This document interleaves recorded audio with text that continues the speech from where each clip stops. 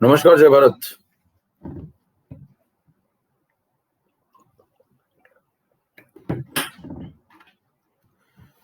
चलिए सभी को नमस्कार। एवी क्लियर, एक बार जल्दी से एवी लिख दीजिए फटाफट।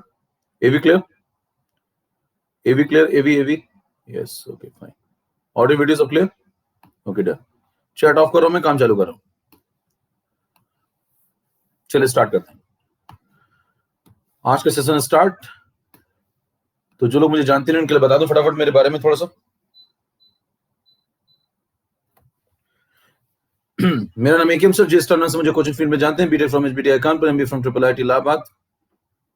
10 साल का एक्सपीरियंस। आकाश एल सर्वोत्तम सब जगह वर्चस्व पे काम कर चुका हूँ। केमिस्ट्री में इंटर कर चुका हूँ। जबिन पटेल, सुमन अग्रवाल, वरुण नंद कुमार, IR 3942, एम्स 2016, 2018, 2019। बहुत सारे नीट एम्स टॉपर्स आइडियल्स को मैंने ट्रेन किया। जब नाम से मुझे सर्च कर सकते हैं अकेडमी पे। अगर आपने इस नाम को फॉलो नहीं किया है तो इस नाम को तुरंत फॉलो कर लीजिए। नाम आपको मोक्ष की तरफ ले जाएगा।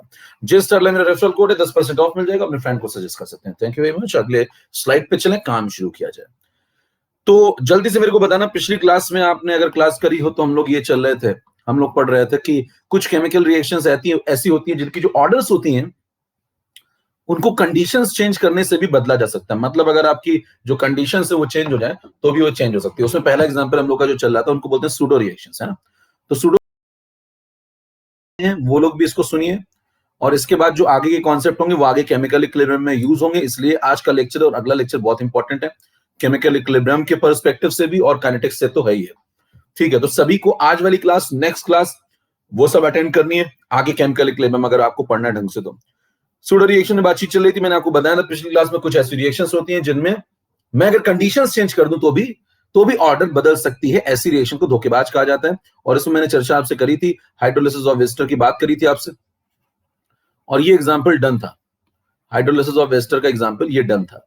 इसमें बात समझ में आ गई थी। तो मैं ऐसा एक सिमिलर एग्जांपल ले लेता हूं, है ना। मैं क्या करता हूं, ऐसा ही एक सिमिलर एग्जांपल। अच्छा, इसमें काम की बात मैं आपको फिर से जल्दी से बता देता हूं क्या क्या हुआ था। CH3CO C2H5 आपने लिया था और यहाँ पे आपने पानी लिया था, और पानी के बाद इसकी हाइड्रोलिसिस जब करवाई थी, एसिडिक मीडियम में हाइड्रोलिसिस हो रही थी, है ना। एसिडिक मीडियम में जब हाइड्रोलिसिस हो रही थी तो यहाँ पे आपने प्रोटॉन लिख दिया था। फिर यहाँ पे आ गया था CH3COH प्लस C2H5OH। फिर आपने कहा था कि साहब अगर मैं इसका रेट लॉ लिखूंगा एज अ सिंपल रिएक्शन, क्योंकि देखने में बिल्कुल सिंपल लग रही है, देखने में सिंपल लगती है, तो ध्यान दीजिए, देखने में सिंपल लगती है तो आप लिख देंगे CH3COO C2H5। पिछली क्लास में सब हो चुका है, मैं एक बार जल्दी से आपको बता रहा हूँ, रिकैप, है ना। और H2O पावर 1 आपने क्या लिख दिया, ऑर्डर को मॉलिक्यूलरिटी के बराबर मानते हुए ऐसा एक्सप्रेशन लिख दिया। लेकिन जब आपने चेक किया तो पता चला कि इसके मान लो 0.01 मोल है तो इसके मान लो 10 मोल है। तो बताइए, अगर इसके 0.01 मोल आपने लिया, इसके 10 मोल लिया, ऐसा क्यों लिया? क्योंकि हाइड्रोलिसिस में ऐसा करना पड़ा। क्यों करना पड़ा? क्योंकि अगर आप इसके 10 मोल, बहुत ज्यादा मोल नहीं लेंगे तो हाइड्रोलिसिस का जो रेट है वो बहुत स्लो हो जाएगा, आप काइनेटिक्स पढ़ ही नहीं पाएंगे। तो आपको इतने ज्यादा मोल लेने पड़ते हैं हाइड्रोलिसिस के फॉर्म में। तो बताइए 10 में से इसके कितने मोल गए, बताना। 10 में से क्या इसके 0.01 मोल जाएंगे, तो इसके कितने जाएंगे? 0.01 में से पूरे 0.01 चले जाएंगे। तो मेरे को एक बात बताना, ये कितने बन जाएगा? 0.01। ये कितने बन जाएगा? 0.01। अब बताइए क्या इसके अभी भी मोल एक्सेस में बहुत सारे 9.99 मोल बचे हुए हैं? तो पहले 10 थे, अब इतने हैं, तो क्या इसके जो मोल है लगभग लगभग वो कांस्टेंट है। तो इसका जो एक्टिव मास होगा वो भी लगभग लगभग क्या होगा? कांस्टेंट होगा। तो बताइए, जो चीज एक्सेस में होती है, जो चीज एक्सेस में होती है कैसा होता है? कांस्टेंट। और जब मैं इसको ऑलमोस्ट कांस्टेंट बोल दूंगा तो बताइए क्या होगा? मैं कहूंगा कि ये वाला जो कांस्टेंट है और ये वाला जो कांस्टेंट है, दोनों मिलकर के एक नया कांस्टेंट बना लेंगे। और जब दोनों मिलकर एक नया कांस्टेंट बना लेंगे तो बताओ ये एक्सप्रेशन चेंज होकर क्या बन जाएगा? R is equal to K into H2O power 1। इसको एक पूरा कांस्टेंट बोल दिया जाएगा। और बाहर बताओ वेरिएबल फिर कौन बचेगा? बाहर वेरिएबल बचेगा CH3COO C2H5 पावर 1। कितने लोग के बात समझ में आ गई मेरे ख्याल से? तो मैं चैट ओपन बार बार नहीं करना, उसमें डिस्टर्बेंस होता है फिर। अब मेरे को एक बात बताना, ये आ गया मामला। तो एक बात बताओ, ये जो नया कांस्टेंट डेवलप हुआ इसको क्या बोलते हैं हम लोग? ये नया कांस्टेंट, इसको K डैश बोल देंगे। क्या बोलेंगे? इसको K डैश बोल देंगे। नेक्स्ट स्लाइड पे चल रहा हूं, स्लाइड नंबर 2 पे चलेंगे तो बताना R इज इक्वल टू, अब मैंने बोल दिया K डैश और यहां पे आंसर आ गया CH3COO C2H5 पावर 1। और जैसे ही आंसर आ गया तो बताओ रिएक्शन की ऑर्डर कितनी हो गई? फिर रिएक्शन की ऑर्डर हो गई 1। और मॉलिक्यूलरिटी कितनी चल रही थी? मॉलिक्यूलरिटी देखो पीछे से कितनी चल रही थी, यहां से 1, यहां से 1, तो मॉलिक्यूलरिटी 2। और अगर ऑर्डर मॉलिक्यूलरिटी के बराबर नहीं आई, इसका मतलब ऑर्डर ने धोखा दे दिया। ऑर्डर मॉलिक्यूलरिटी के बराबर नहीं है, इसका ऑर्डर ने धोखा दे दिया। तीनों बातें समझ में आ गई मेरे ख्याल से। और अगर तीनों बातें समझ में आ गई तो इनके नाम बता दो फटाफट। नाम क्या क्या होंगे? नाम क्या क्या होंगे? अगर ऑर्डर 1 है तो क्या इसको हम फर्स्ट ऑर्डर बोल सकते हैं? यस, बिल्कुल बोल सकते हैं, ये फर्स्ट ऑर्डर रिएक्शन है। ये फर्स्ट ऑर्डर रिएक्शन है। अगर मॉलिक्यूलरिटी 2 है तो क्या मैं इसको बाई मॉलिकुलर बोल सकता हूं? बिल्कुल, इसको बाई मॉलिकुलर आप बोल सकते हैं। ठीक है, तीसरा नाम इसको क्या बोल सकते हैं? इसको देखते हुए नाम दिया जाता है सूडो, क्योंकि धोखा हुआ है तो नाम क्या देंगे? Pseudo unimolecular. ध्यान दीजिए, जब आपने बाई मॉलिकुलर बोला है तो यूनी तो नहीं बोल सकते ना, तो फिर क्या लगा देते हैं? Pseudo unimolecular. Pseudo unimolecular. अब सूडो यूनिमॉलिकुलर का जरा मतलब समझिए, नाम में क्या लॉजिक है जरा समझिए। फर्स्ट ऑर्डर मैंने इसको क्यों बोला? फर्स्ट ऑर्डर क्यों बोला? क्योंकि ऑर्डर 1 है। बाई मॉलिकुलर क्यों बोला? क्योंकि मॉलिकुलरिटी 2 है। ऑर्डर मॉलिकुलरिटी के बराबर नहीं है। हम तो एक्सपेक्ट कर रहे थे कि ऑर्डर मॉलिकुलरिटी के बराबर आएगी, लेकिन आई नहीं। और जब आई नहीं तो मैंने क्या कहा कि धोखा हो गया। तो बताइए, मॉलिकुलर रिएक्शन के पहले अगर यूनी केवल लिखा होता, सूडो नहीं लिखा होता, मान लो सूडो को हटा दो यहां से, मान लीजिए सूडो को मैं यहां से हटा दूं, तो बताना इसका नाम क्या हुआ? यूनिमॉलिकुलर। यूनिमॉलिकुलर का मतलब मेरे को ऐसा लग रहा है कि मॉलिकुलरिटी 1 आने वाली है, लेकिन आई कितनी? मॉलिकुलरिटी 2 आ गई, और ये जो 1 हम सोच रहे थे वो कौन आ गई? ऑर्डर आ गई। तो क्या लिख दिया मैंने? धोखा हुआ है। धोखा हुआ है तो उसके पहले क्या लगा दिया? सूडो लगा दिया। समझ में आ रही बात? तो सूडो और मॉलिकुलर के बीच में जो शब्द लिखा हुआ है क्या? यूनी। सूडो और मॉलिकुलर के बीच में जो शब्द लिखा हुआ है यूनी, वो हमें क्या बताता है? हमें लगता था वो हमें मॉलिकुलरिटी बताएगा, लेकिन वो बता क्या रहा है? वो हमें ऑर्डर बता रहा है। तो यूनी वर्ड यहाँ पे क्या बता रहा है? यूनी का मतलब 1, तो 1 कौन है यहाँ? ऑर्डर है। तो धोखा हुआ, इसलिए मैंने क्या लिख दिया? तो क्या इसके तीनों नाम सही है? यस। कुछ किताबों में इसको सूडो फर्स्ट ऑर्डर रिएक्शन भी बोल देते हैं, क्योंकि धोखे से फर्स्ट ऑर्डर आई है। ध्यान दीजिए, धोखे से फर्स्ट ऑर्डर आई, तो कभी कभी आपको मान लो लिखा मिल जाए सूडो फर्स्ट ऑर्डर रिएक्शन, तो ठीक है, ये भी चल जाएगा, क्योंकि धोखे से फर्स्ट ऑर्डर आई है। ध्यान दीजिए, फर्स्ट ऑर्डर आने नहीं वाली थी, लेकिन फर्स्ट ऑर्डर आ गई, तो इसको बोल देते हैं सूडो फर्स्ट ऑर्डर। ऐसा भी कई लोग किस किताबों में बोल देते हैं, लेकिन इसका जो बेसिक कंसेप्ट है वो ये 3 है। बेसिक कॉन्सेप्ट ये 3 है। ये आपको हर किताब में मिलेगा, क्योंकि ये बिल्कुल बेसिक कंसेप्ट है। बराबर। तो आप क्या समझा आपने कि सूडो और मॉलिकुलर के बीच में हमेशा जो शब्द लिखा होता है वो हमें क्या बताता है? वो हमेशा हमें ऑर्डर बताता है। मेरे ख्याल से बात समझ में आ गई, क्लियर है? आगे बढ़ जाए, ठीक बात। चलिए नेक्स्ट पॉइंट पे चलते हैं हम लोग। अब नेक्स्ट पॉइंट पे चलते हैं, तो इसमें अगर आप कंसेप्चुअल बात थोड़ी और करना शुरू करें, तो मैंने आपसे शुरुआत कहां से की थी बताना? शुरुआत मैंने की थी यहां से। देखो, पहले मैंने आपको ये लिख के दिखाया, देखो ये लिख के दिखाया, फिर बताना पानी एक्सेस में था इसलिए ये कांस्टेंट हो गया। अगर पानी एक्सेस में नहीं होता या कोई और सब्सटेंस होता वो एक्सेस में नहीं होता, तो हाइड्रोलिसिस में तो पानी को एक्सेस में लेना पड़ रहा है हमको, लेकिन मान लो कोई और रिएक्शन होती और ये पानी की जगह कोई और होता और वो एक्सेस में नहीं होता, मान लो इन दोनों के 10-10 मोल होते, तो ये सूडो कंसेप्ट यहां नहीं लगेगा। अगर इन दोनों के बराबर बराबर मोल होते तो फिर सूडो कंसेप्ट यहाँ पे वैलिड नहीं होता। सूडो कंसेप्ट कब वैलिड होता है? जब मैंने सोचा था तुम मेरे बराबर निकलोगे और तुम मुझसे बहुत ज्यादा निकल गए, इसका मतलब तुम धोखेबाज निकली, और धोखेबाज निकली तो कौन सा कंसेप्ट लगेगा? Pseudo concept. यहां तक बात समझ में आ रही है? तो जरा एक ये वाला एक्सप्रेशन देखिएगा ध्यान से, ये वाला R is equal to K into estate ester to the power 1 और H2O पावर 1, और एक जरा ये वाला देखना, एक्चुअल रेट कांस्टेंट जो आया वही आया। इसी को आगे चल के हम लोग क्या लिख देते हैं? पानी के ऊपर पावर क्या लगा देते हैं? 0। तो बताना, अगर आपसे कहता है, 2 बार मैंने लिखा, मैंने पहले लिखा R इज इक्वल टू, मैं एक्सपेक्ट कर रहा था कि ये आंसर आएगा, मैं एक्सपेक्ट, लेकिन हुआ क्या? हुआ तो भैया कुछ और ही हुआ। क्या कि ये जो H2O ये ऑलमोस्ट एक्सेस है, तो ये ऑलमोस्ट कांस्टेंट हो गया। जब ये कांस्टेंट हो गया तो इसको कांस्टेंट के साथ मिला दिया, तो यहाँ पे लिख दिया मैंने R is equal to K dash, और यहाँ पे लिखा मैंने एस्टर, और फिर मैंने अगले में क्या लिख दिया? अगर मैं ऐसा लिख के छोड़ दूंगा तो बताइए ये H2O कहां चला गया? इसके अंदर, इसके साथ मिलकर के ये K डैश बन गया। तो यहाँ पानी के ऊपर पावर आप क्या लगा देंगे? अगर मान लो लिखना ही चाहे तो 0 लगा सकते हैं। तो देखो ओवरऑल ऑर्डर कितनी हो गई? 0 हो गई। समझ में आ रही? ओवरऑल ऑर्डर 1 हो गई, सॉरी 1 हो गई। ओवरऑल ऑर्डर कितनी हो गई? 1 हो गई। तो 1 हो गई, तो मैंने तो सोचा था ऑर्डर 2 आएगी, लेकिन ऑर्डर 1 आ गई। क्या बात समझ में आ रही है? यहाँ पे एक इंपॉर्टेंट सवाल ये बनता है कि बताओ K डैश कौन है? अगर आप इफेक्टिवली लिखेंगे तो इफेक्टिवली आप ये लिख दें, फाइनली ऐसे लिखो चाहे ऐसे लिखो, बात तो एक ही है। H2O पावर 0 लग चुका है, उसको लिखो चाहे नहीं लिखो, ऐसे लिखो, बराबर। तो बताना क्या ये इफेक्टिव रेट लॉ आ गया हमारे पास? और बताइए इफेक्टिव रेट लॉ गया तो ये K डैश क्या है? इसको बोलेंगे इफेक्टिव रेट कांस्टेंट। इसको क्या बोलेंगे? Effective rate constant. अब आपसे एक सवाल पूछूं मैं कि बताओ K डैश का नाम क्या? तो K डैश का नाम है सूडो रेट कांस्टेंट। क्या बोलेंगे? सूडो रेट कांस्टेंट, क्योंकि धोखा होने के बाद ये रेट कांस्टेंट आया, तो उसको क्या बोलते हैं? Pseudo rate constant. पुराना वाला रेट कांस्टेंट कितना था? ये K था। नया वाला रेट कांस्टेंट कितना है? ये K डैश है। समझ पा रहे हैं? अगर आपसे कोई पूछे बताइए पुराना वाला K जो था ये कौन सी ऑर्डर को फॉलो करेगा, और नया वाला जो K डैश होगा वो कौन सी ऑर्डर को फॉलो करेगा, तो देखो पुराना वाला K कौन सी ऑर्डर को फॉलो करता था? वो सेकंड ऑर्डर को फॉलो करता था। हेलो। और बताना नया वाला जो K डैश है, जो सूडो आया है, वो कौन सी ऑर्डर को फॉलो करता है? वो फर्स्ट ऑर्डर को फॉलो करता है। तो अगर आप यूनिट चेक करेंगे, कभी सवालों में मान लीजिए आपसे यूनिट पूछ ले कि बताओ K की यूनिट क्या थी और K डैश की यूनिट क्या थी, क्या समझा पाएंगे? बताओ K कौन सा फॉलो कर रहा है? Second order. सेकंड ऑर्डर में आपको यूनिट मैंने पढ़ाई थी, mole to the power -1, litre to the power +1, time to the power -1। याद आया कुछ मामला? बराबर है। तो के की यूनिट ये चल रही है। अगर आपसे कोई पूछे के डैश की यूनिट क्या चल रही है तो कहेंगे फर्स्ट ऑर्डर है। उसकी यूनिट क्या चल रही है? Time inverse. एक बार मैं चैट इनेबल कर रहा हूं, जल्दी सब लोग बताइए क्या बात समझ में आ गई थी। तोड़ डालिए अंगूठा अगर इसमें कंसेप्चुअल बात है बिल्कुल, अगर ये आपको समझ में आ गई। लोगों को मतलब वृद्धावस्था तक नहीं समझ में आता है। पढ़ने वालों को, पढ़ाने वालों को, पढ़ने वालों को छोड़ दीजिए, पढ़ाने वालों को नहीं आता, बाकी तो छोड़ दीजिए आप। कितने लोगों को मौज आ गई, कंसेप्ट बिल्कुल क्लियर है। अगर आपसे पूछता है के की यूनिट बताओ तो ये होगी, के डैश की यूनिट बताओ तो आप कहेंगे ये होगी। समझ में आ रही बात?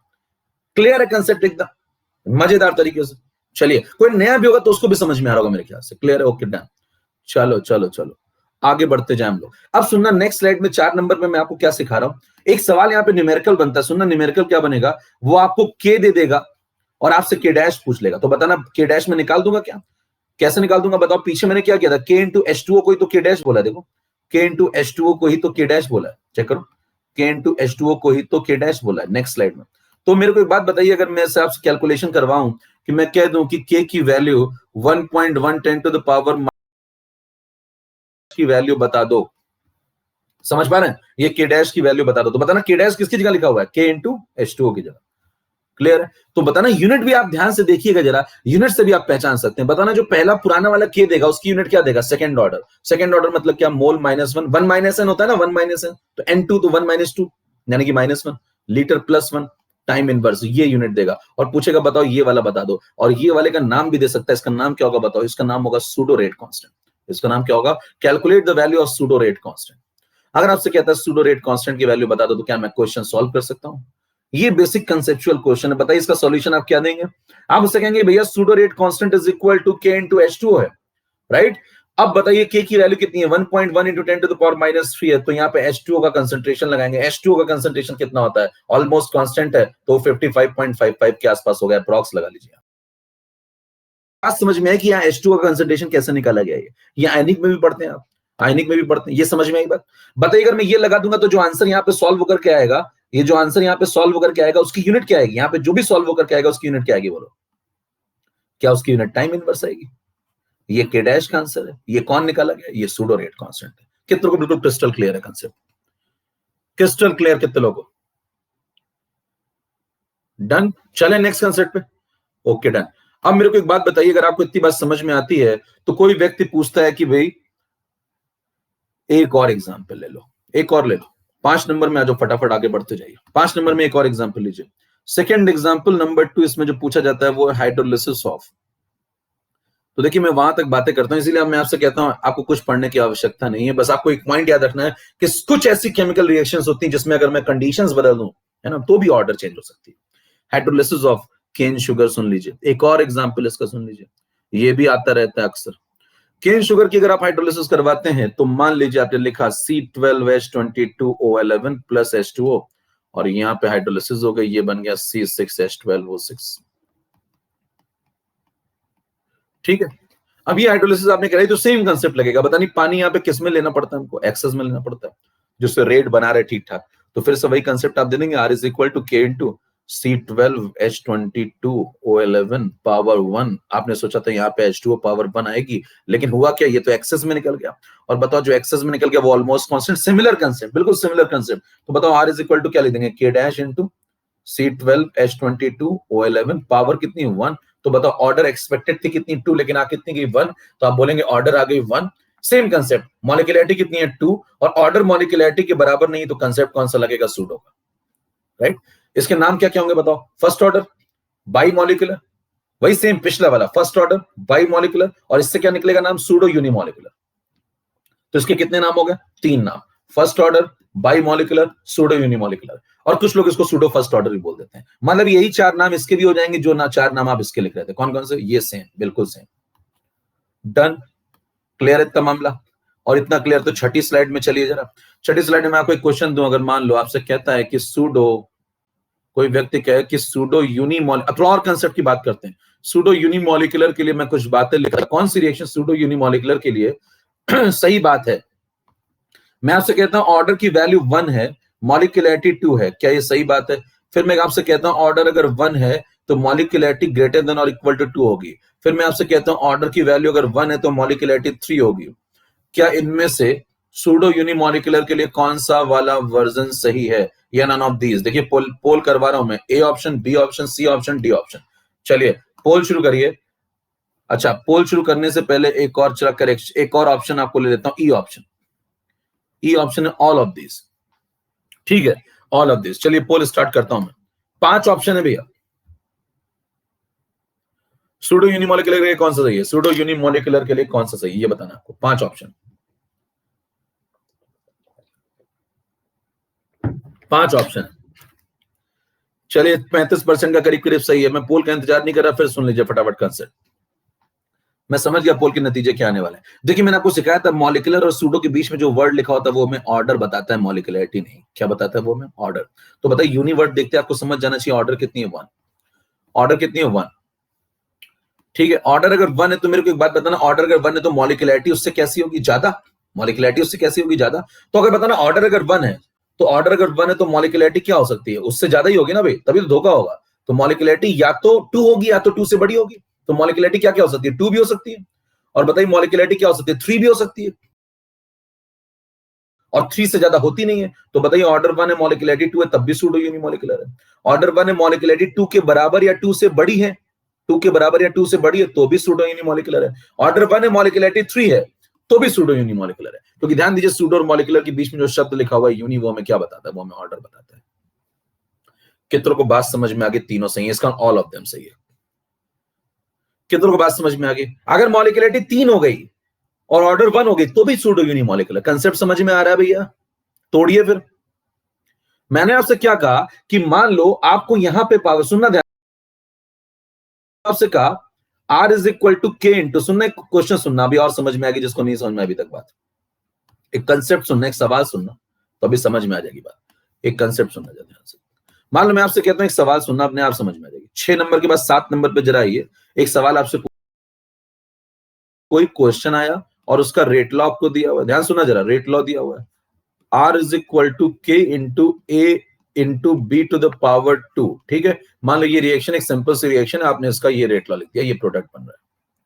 ठीक है, अब मेरे को एक बात बताना, मेरे को एक बात बताना, अगर मैं कह दूं if B is in excess, B is in excess, अगर बी एक्सेस में है तो क्या होगा?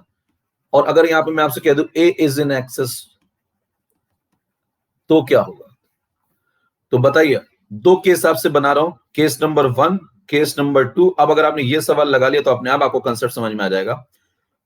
आपको ऑर्डर बतानी है, over all order of reaction बतानी है। ठीक है, यहां पे भी आपको क्या बताना है? ओवरऑल ऑर्डर ऑफ रिएक्शन बतानी है। लॉजिक समझने की कोशिश करिए थोड़ा। यहां पे मैं आपको 4 ऑप्शन दे रहा हूं, यहां पे मैं आपको 4 ऑप्शन दे रहा हूं, और जरा सवाल देखिएगा ध्यान से। 0 1 2 3, 0 1 2 3। अब जरा चेक करना, मैं पोल करा देता हूं। पहले सवाल का पोल करा रहा हूं, फर्स्ट पार्ट, ये फर्स्ट पार्ट है, देखो ये फर्स्ट पार्ट, इसका पोल करा रहा हूं। बताना बी अगर एक्सेस में होगा तो ओवरऑल ऑर्डर ऑफ रिएक्शन क्या हो जाएगी? बी अगर एक्सेस में होगा तो ओवरऑल ऑर्डर क्या हो जाएगी, ये बताना है आपको, फर्स्ट पार्ट का आंसर। ठीक है, चलो पोल स्टार्ट। चलिए फर्स्ट सवाल लगाओ, अभी पिछला वाला अपने आप समझ में आ जाएगा। ये लगाना जरा, अभी अपने आप पिछला वाला समझ में आ जाएगा।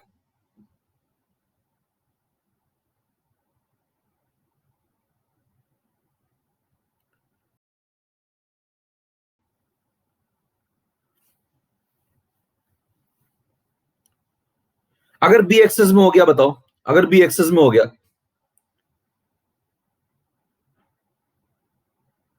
आंसर गलत फीड हो गया लग रहा है। एक बार पोल रोकता हूं मैं, पोल कैंसिल करता हूं, फिर से पोल करा रहा हूं, देखना पोल शायद गड़बड़ हो गया। हाँ पोल करो अब जरा, शायद आंसर गलत फीड कर दिया मैंने। बी एक्सेस में आप करना जरा, आपको समझ में, आप तो दिख ही गया होगा रिजल्ट, अब भी कई लोग गलत कर रहे हैं, आप तो रिजल्ट ही दिख गया। देखो अगर बी एक्सेस में, कोई बात नहीं, आप समझिए कंसेप्ट पे ध्यान दीजिए। अगर बी एक्सेस में बताना, अगर एक्सेस में नहीं होता तो पावर जो थी वही सेम आ जाती। अगर दोनों बताना, अगर दोनों बराबर अमाउंट में, आप इसके 10 मोल ले लो, इसके भी 10 मोल ले लो, बताओ आंसर क्या होगा? चैट एक बार मैं इनेबल कर रहा हूं, जल्दी से बताना। अगर मैं दोनों के 10-10 मोल ले लूं तो बताओ आंसर क्या होगा? बताना, अगर मैं दोनों के 10-10 मोल ले लूं तो आंसर क्या होगा? तो आंसर क्या 3 आएगा यहां से, देखो 1 और 2 मिला के 3। डन। अगर बताना बी एक्सेस में तो क्या बी की पावर 0 हो जाएगी? अगर बी की पावर 0 होगी तो बताना आंसर क्या हो जाएगा? R is equal to K into A to the power क्या? बी पावर 0, तो ए टू द पावर क्या? 1। हेलो, कांस्टेंट चेंज हो जाएगा थोड़ा सा, क्या बात समझ पा रहे हैं? तो बताइए ऑर्डर कितनी हो जाएगी? बी वाला मामला गायब, जैसे पिछली बार हुआ था, बी वाला मामला गायब और बी कांस्टेंट बन के बी कांस्टेंट बन जाएगा और वो के साथ मिलकर के डैश बना देगा। तो बताओ ए के ऊपर पावर क्या बनेगी? 1। तो ऑर्डर क्या हो जाएगी? 1। कितने लोगों को बात समझ में आ गई? तोड़िए। क्लियर है? अगर बी एक्सेस में हो जाएगा तो बी वाला मामला गायब, आंसर हो जाएगा फर्स्ट ऑर्डर। First order. अब मेरे को एक बात बताना, अगर ए एक्सेस में हो तो जरा सेकंड के लिए पोल कराना हो, ध्यान सुनिएगा जरा, सेकंड के लिए एक बार पोल कराना हो। ये सेकंड पार्ट है, जरा बताना अगर ए एक्सेस में हो गया, ये एक्सेस में हो गया, ये वाली पार्टी, तो बताना ये कांस्टेंट हो जाएगा। तो जरा मेरे को आंसर बताना, आंसर बताना जरा। अगर ए एक्सेस में हो गया तो आंसर जरा टाइप करना, सब लोग पोल में डालना, पोल में। अगर ए एक्सेस में हो गया तो अब यहीं से कंसेप्ट देखिए क्लैरिटी आती है। कंसेप्ट अगर आपने समझ लिया एक बार तो एकदम दिख जाएगा। मेरे क्या सबको समझ में आ रहा है? ए अगर एक्सेस में हो गया तो ये कांस्टेंट हो जाएगा, ये दोनों मिलकर नया कांस्टेंट बना लेंगे। तो बोलो आर इज इक्वल टू क्या हो जाएगा? K dash into B to the power 2 बन जाएगा क्या, अगर ए एक्सेस में? तो जो एक्सेस में वो गायब हो जाता है। तो बताइए ऑर्डर क्या बन जाएगी? ऑर्डर 2 बन जाएगी। कितने लोगों को समझ में आ गई बात? मेरे ख्याल से बहुत लोगों ने सही किया, बहुत लोगों ने सही किया। अंकिता, वंशिका, सत्यम। चलो, तो ये कंसेप्ट अगर आपको क्लियर हो गया, अब मेरे को एक बात बताओ, इसमें से ये वाला इसकी ऑर्डर 1 आ गई, ये वाला इसकी ऑर्डर 2 आ गई। इन दोनों में से सूडो यूनिमॉलिक्यूलर कौन है? इन दोनों में से सूडो यूनिमॉलिक्यूलर कौन है? भाई जो एक्सेस में वो गायब हो जाएगा ना, वो कांस्टेंट बन जाएगा। सिंपल कंसेप्ट है। सूडो यूनिमॉलिक्यूलर कौन है बताना? जिसके अंदर ऑर्डर देखो 1 आ गया, वही तो सूडो यूनिमॉलिक्यूलर है। तो ये वाला सूडो यूनिमॉलिक्यूलर है, ये वाला सूडो यूनिमॉलिक्यूलर है। तो बताना इसके अंदर ऑर्डर कितना है? फिर ऑर्डर कितना है इसका? ऑर्डर बताओ 1। तो इसकी मॉलिक्यूलरिटी कितनी है? मॉलिक्यूलरिटी बताना जरा, मॉलिक्यूलरिटी कितनी है? मॉलिक्यूलरिटी 3। मॉलिक्यूलरिटी चेक करो, यहां से कितनी आ रही है? 3। तो बताना ऑर्डर 1 है, मॉलिक्यूलरिटी 3 है, तो क्या इसको सूडो यूनिमॉलिक्यूलर नहीं बोलोगे क्या? हेलो, क्या इसको सूडो यूनिमॉलिक्यूलर नहीं बोलोगे क्या? कितने लोगों को पिछली वाली बात समझ में आ गई? पिछली वाली बात, सूडो यूनिमॉलिक्यूलर का मतलब ये भी तो हो सकता है कि ऑर्डर 1 और मॉलिक्यूलरिटी 3 हो। हेलो, ये भी हो सकता है ऑर्डर 1 हो मॉलिक्यूलरिटी 2 हो। कितने लोगों को बात समझ में आ गई? ये दोनों केस सही है बिल्कुल। फर्स्ट भी हो सकता है, थर्ड भी हो सकता है, और यही तो बीच वाली बात भी तो वही लिखी है, मॉलिक्यूलरिटी 2 या 2 से बड़ी, इसका मतलब इंटीजर होती है। तो 2 भी बोल सकते हैं, 2 से बड़ी यानी कि 3 बोल सकते हैं। अच्छा, 3 से बड़ी मॉलिक्यूलरिटी होती नहीं, अंडरस्टूड है। तो ग्रेटर देन और इक्वल टू 2 अगर लगा रहा है तो अंडरस्टूड है, मॉलिक्यूलरिटी लिख रहा है। तो मॉलिक्यूलरिटी अगर ग्रेटर देन और इक्वल टू 2 लिखा है, इसका मतलब मॉलिक्यूलरिटी या तो 2 हो गया, इसका यही मतलब है। समझ में आ रही बात? अगर यहां मॉलिक्यूलरिटी लिख दिया तो अंडरस्टूड इंटीजर, पॉजिटिव इंटीजर होता है, 3 से बड़ा होता नहीं, इसे तो पता ही ना हमको। क्लियर है मामला? अंगूठे दिखाइए फटाफट अगर बात समझ में आ गई आपको। तो कोई ये लिख के देता है तो भी आप कहेंगे बिल्कुल सही, ऑर्डर 1 मॉलिक्यूलरिटी 2। कोई कहता है ऑर्डर 1 मॉलिक्यूलरिटी 3, ये भी सही है, ये भी सूडो यूनिमॉलिक्यूलर है। और ऑर्डर 1 हो जाए मॉलिक्यूलरिटी 2 या 2 से बड़ी हो जाए, तो 2 या 2 से बड़ी मतलब 3 होगी, 2 होगी, इससे ऊपर होती नहीं, क्योंकि कोलिजन नहीं पॉसिबल है इफेक्टिव। क्लियर मान? तो बताइए क्या सूडो यूनिमॉलिक्यूलर समझ में आ गया? तो सवाल उठता है फिर ये क्या है? ये क्या है? जरा चैट इनेबल कर रहा हूं, जरा इसका नाम बता देना तो समझ जाओ। सेकंड वाली का नाम बताना, जरा टाइप करना सेकंड वाली का नाम क्या। फर्स्ट वाली का समझा दिया आपको, तो सेकंड वाली का नाम बताओ। ये सूडो क्या? सूडो बाई मॉलिक्यूलर है। वेरी गुड, ये सूडो बाई मॉलिक्यूलर है। ये बात कितने लोगों को समझ में आ गई? बताना सूडो और मॉलिक्यूलर के बीच में जो वर्ड लिखा होता है वो क्या बताता है? ऑर्डर। तो यहाँ पे ऑर्डर कितनी है? ऑर्डर 2 है। यहाँ पे ऑर्डर क्या? ऑर्डर 2 है। इसको बोलते हैं सूडो बाई मॉलिक्यूलर। क्लियर है? अगर आपको ये कंसेप्ट समझ में आ गए तो फिर आपको दिखने लगा मामला। मेरे को एक बात बताना, इसमें ऑर्डर कितनी आई? बताओ, इसमें ऑर्डर कितनी आई? 2। और मॉलिक्यूलरिटी कितनी है? 3। तो बताइए ऑर्डर मॉलिक्यूलरिटी से कम आगे धोखा हुआ है, और यहाँ पे देखो ऑर्डर इफेक्टिव 2 आई है, तो नाम क्या होगा? Pseudo by molecular. इसी का नाम है सूडो बाई मॉलिक्यूलर। तो मेरे को एक बात बताना, अगर आपको ये बातें समझ में आने लगी, एक बार सब लोग अंगूठा दिखा दो यार अगर पूरा कंसेप्ट समझ में आ गया तो। ये कठिन कंसेप्ट होता है, इसलिए मैं आपको ध्यान से बता रहा हूं। यस, चलो मैं अगली स्लाइड में चलता हूं, 8 नंबर पे, सुनना ध्यान से। कल को लोग क्या करते हैं, सूडो यूनिमॉलिक्यूलर पढ़ के भाग जाते हैं। कल को अगर उसने पूछ लिया कि सूडो बाई मॉलिक्यूलर का मतलब समझाओ, तो मैं कुछ मतलब लिख रहा हूं, जरा आप बताइए कौन सा आपको सही लगता है। मैं कहता हूं इन दोनों के बीच में जो वर्ड लिखा होता है वो हमें क्या बताता है? वो हमें ऑर्डर बताता है। तो बोलो ऑर्डर कितनी होगी? तो इन दोनों के बीच में जो हमेशा वर्ड लिखा होगा वो हमेशा क्या बताएगा? हमेशा ऑर्डर बताएगा। सूडो वर्ड लगा, देखिए धोखा हुआ है। तो मॉलिक्यूलरिटी आप सोच रहे होंगे कि 2 आएगी, लेकिन 2 नहीं आएगी, 2 तो ऑर्डर आएगी। तो मॉलिक्यूलरिटी क्या आएगी? उससे ज्यादा आएगी। अच्छा, 2 से बड़ी क्या हो सकती है? 3 हो सकती है ना? अच्छा, 4 भी हो सकती है क्या? 4 भी हो सकती है? नो, 4 पॉसिबल नहीं, कोई कोलिजन नहीं पॉसिबल होता है। तो कोई व्यक्ति के ऑर्डर 2 है, मॉलिक्यूलरिटी 3 है, यहां तक ठीक है ना? ऑर्डर 2 है, मॉलिक्यूलरिटी अब इक्वल टू 3 के अलावा कोई केस नहीं बन सकता। आप ग्रेटर लगाएंगे तो कोई सेंस ही नहीं बनता। अगर आप ग्रेटर लगाएंगे तो यहाँ कोई सेंस ही नहीं बनता, इसको छोड़ दीजिए। तो बताइए कि आपको एक ही केस समझ में आ रहा है इसमें, ऑर्डर 2 मॉलिक्युलरिटी 3? कितनों को बात समझ में आ गई? अगर ऐसा हो गया तो क्या इसको सूडो बाई मॉलिक्यूलर बोल सकते हैं? Yes, clear sir? अब कंसेप्ट चले नेक्स्ट कंसेप्ट पे। ओके, 9 नंबर पे चलिए। मेरे ख्याल से आप सबको समझ में आ गया होगा, मतलब कितना भी पैदल आदमी होगा उसको सूडो का कंसेप्ट आज समझ में आ गया होगा। और बताइए सूडो का कंसेप्ट कब लगता है? जब कोई एक व्यक्ति बहुत कम हो और एक व्यक्ति बहुत ज्यादा हो। अगर बराबर अमाउंट में है, अगर दोनों कम कम तो भी नहीं लगेगा, अगर दोनों ज्यादा ज्यादा तो भी नहीं लगेगा। और भी दोनों यहाँ बराबर अमाउंट में ले लो, 0.1 या 0.01 तो भी नहीं लगेगा। 50-50 मोल ले लो तो भी नहीं लगेगा। एक के 0.01 लो, एक के 50 लो, डन। चलो चैट ऑफ आपकी, अब काम आगे का चालू। मैंने क्या बोला? अगर दोनों के 0.01 लूंगा तो भी नहीं लगेगा, 50-50 मोल लूंगा तो भी नहीं लगेगा, एक के 0.01 एक के 50 मोल, है ना, तब लगेगा। धोखा होना चाहिए, धोखा नहीं तो फिर सूडो नहीं, धोखा नहीं तो सूडो नहीं, कोलिजन थ्योरी पे आ जाएगी।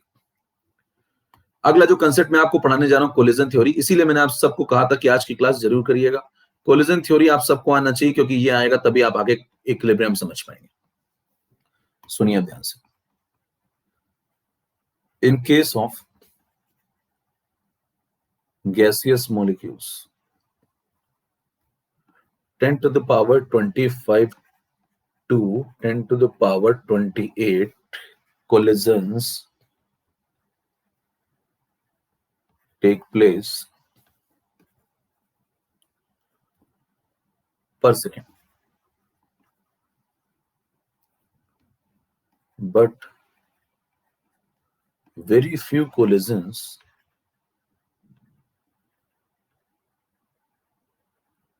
are effective. They are known as, अब ये सब मैं अंडरलाइन करके भी पढ़ा सकता हूं, कई लोग ऐसे पढ़ाते हैं,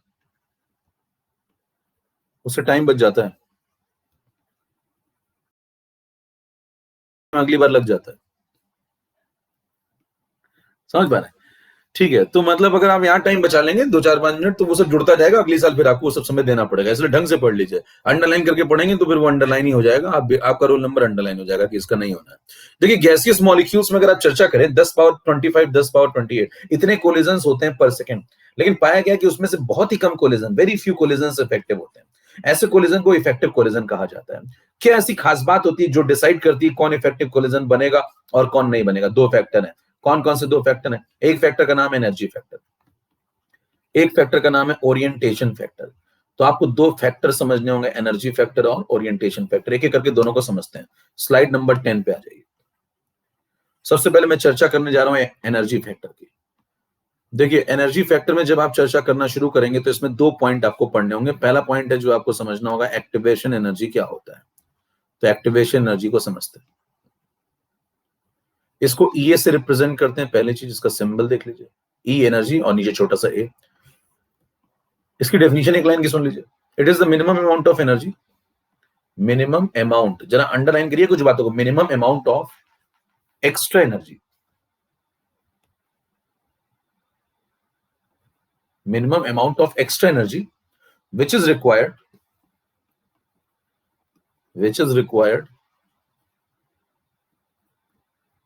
for the reactant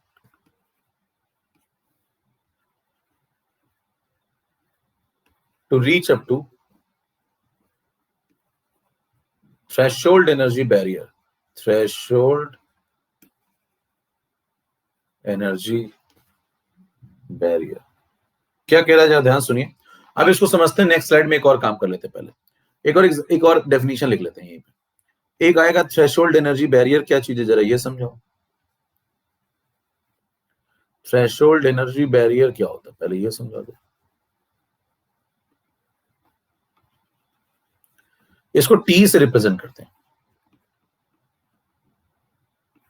ठीक है। इस बैरियर का मतलब समझिए, it is the barrier which prevent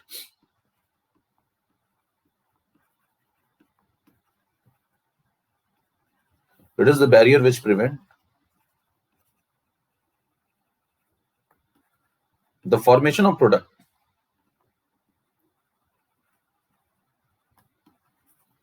यानी कि प्रोडक्ट के फॉर्मेशन को जो होने से रोकता है एक बैरियर, है ना, उस बैरियर को बोलते हैं थ्रेशोल्ड एनर्जी बैरियर। जब दोनों को समझते हैं नेक्स्ट स्लाइड में।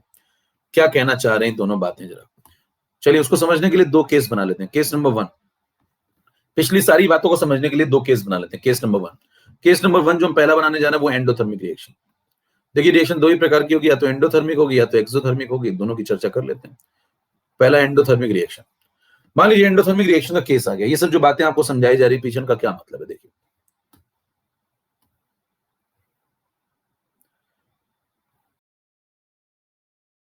थोड़ा साइड में ले लो, एक ग्राफ बना लेते हैं। चलो सुनना ध्यान से। इस ग्राफ के अंदर ये जो ऊपर एक बैरियर बना हुआ है ना, ये जो बैरियर बना है इसको बोलते हैं थ्रेशोल्ड एनर्जी बैरियर। मतलब एक बैरियर है जो रोकेगा, मतलब यहां तक तो आपको जाना ही पड़ेगा, एक्टिवेशन करना ही पड़ेगा, तभी प्रोडक्ट बनेगा। ठीक है, एक बैरियर बना दिया। ये एंथैल्पी, एंथैल्पी का मतलब टोटल एनर्जी कंटेंट। यहाँ पे प्लॉट करते हैं प्रोग्रेस ऑफ रिएक्शन, मतलब रिएक्शन कैसे कैसे आगे बढ़ रही है। ठीक है, तो रिएक्शन के आगे बढ़ने के साथ साथ रिएक्शन के अंदर जो सब्सटेंस उनकी एंथैल्पी या उनका हीट कंटेंट कैसे चेंज हो रहा है, इसको प्लॉट करेंगे। अब जो प्लॉट करेंगे तो देखिए जो प्लॉट बनता है वो एंडोथर्मिक का प्लॉट ऐसा बनता है। रिएक्टेंट यहां से मान लो शुरू हुआ, यहां से यहां तक, मतलब मान लो अगर रिएक्टेंट शुरू हुआ तो बताओ ये जो हाइट है, ये हाइट, तो इसे क्या बोलेंगे हम लोग, इस हाइट को क्या नाम देंगे, इसको कहेंगे ये कौन है, तो कहेंगे ये HR है। और यहाँ पे कौन है अपना, यहाँ पे रिएक्टेंट है। फिर बताना रिएक्टेंट को यहाँ से क्या करेंगे, एक्टिवेट करेंगे, क्योंकि उसको थ्रेशोल्ड तक, एक मिनिमम एनर्जी लेवल तक ले जाना पड़ेगा, तभी प्रोडक्ट बन पाएगा।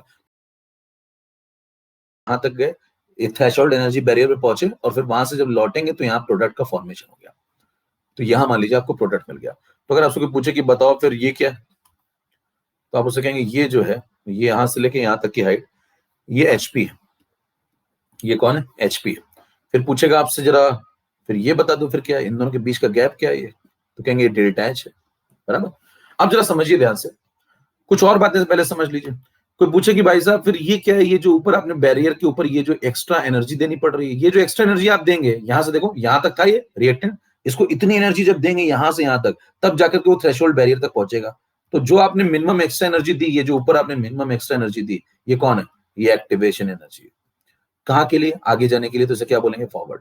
मान लीजिए प्रोडक्ट यहां बन गया, अब प्रोडक्ट को कभी वापस आने का मन किया, वापस रिएक्टेंट बनाने का, तो वापस जब रिएक्टेंट बनाने का मन करेगा तो उसको फिर से एक्स्ट्रा एनर्जी देनी पड़ेगी। कितनी एक्स्ट्रा एनर्जी देंगे इस बार, इस बार वो यहां तक पहले से, तो इतनी एनर्जी और देंगे। तो ये जो एक्स्ट्रा एनर्जी आप दे रहे हैं, ये इसे क्या बोलेंगे, ये कौन सी वाली है, तो ये है एक्टिवेशन एनर्जी, पीछे आने के लिए, मतलब बैकवर्ड, बराबर।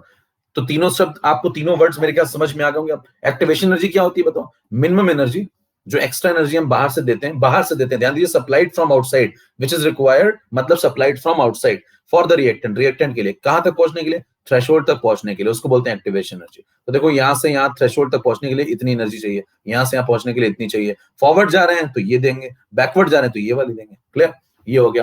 थ्रेशोल्ड एनर्जी बैरियर क्या है, वो बैरियर जो हमको रिएक्टेंट से प्रोडक्ट बनाने में रोकता है, कन्वर्जन होने से रोकता है। ये सब बात अगर आपको समझ में आ गई तो इक्वेशन बनाना शुरू करिए। इक्वेशन में वैल्यू ले लीजिए फटाफट समझने के लिए। मान लो अगर मैं यहां से लेकर के यहां तक की हाइट पूरी मेजर करूं, ध्यान सुनना जरा, कहां से कहां तक की, यहां से लेकर के यहां तक की हाइट पूरी मेजर करें, तो बताओ ये पूरी हाइट कितनी है, यहां से यहां तक की। अगर ये पूरी हाइट देखें तो ये क्या है, थ्रेशोल्ड एनर्जी बैरियर के बराबर है। देखो यहां से लेके यहां तक क्या है, थ्रेशोल्ड एनर्जी बैरियर के बराबर है। तो आप लिखेंगे थ्रेशोल्ड एनर्जी बैरियर को निकालने के दो तरीके, कौन कौन से बताओ, एक तो HR प्लस ये फॉरवर्ड कर लो तो भी मिल जाएगी, और एक HP प्लस ये बैकवर्ड कर लो तो भी मिल जाएगी। तो दो तरीके, कौन कौन से, HR प्लस ये फॉरवर्ड, और दूसरा तरीका कौन सा है, HP प्लस ये बैकवर्ड। क्या बताइए, ये दोनों तरीके बिल्कुल सही है थ्रेशोल्ड एनर्जी बैरियर तक पहुंचने के लिए, यस। और अगर सही है तो फिर यहां से इक्वेशन निकाल लो। HP पहला सवाल तो इसी लाइन पे मिल जाएगा आपको, पहला सवाल इस लाइन पे क्या मिलेगा बताओ, आ सकेगा थ्रेशोल्ड एनर्जी बैरियर निकालो, है ना, थ्रेशोल्ड एनर्जी बैरियर निकालो, तो निकाल देंगे क्या बताओ। HR क्वेश्चन में देगा, ये फॉरवर्ड क्वेश्चन में देगा, जोड़ देना दोनों को। HP देगा, ये बैकवर्ड देगा, जोड़ देगा। दोनों में से कोई भी तरीका लगाओ कि आपको थ्रेशोल्ड एनर्जी बैरियर मिल जाएगा, डन। इससे थोड़ा और आगे बढ़िए, और थोड़ा आगे बढ़े तो बताना क्या लिखेंगे, HP माइनस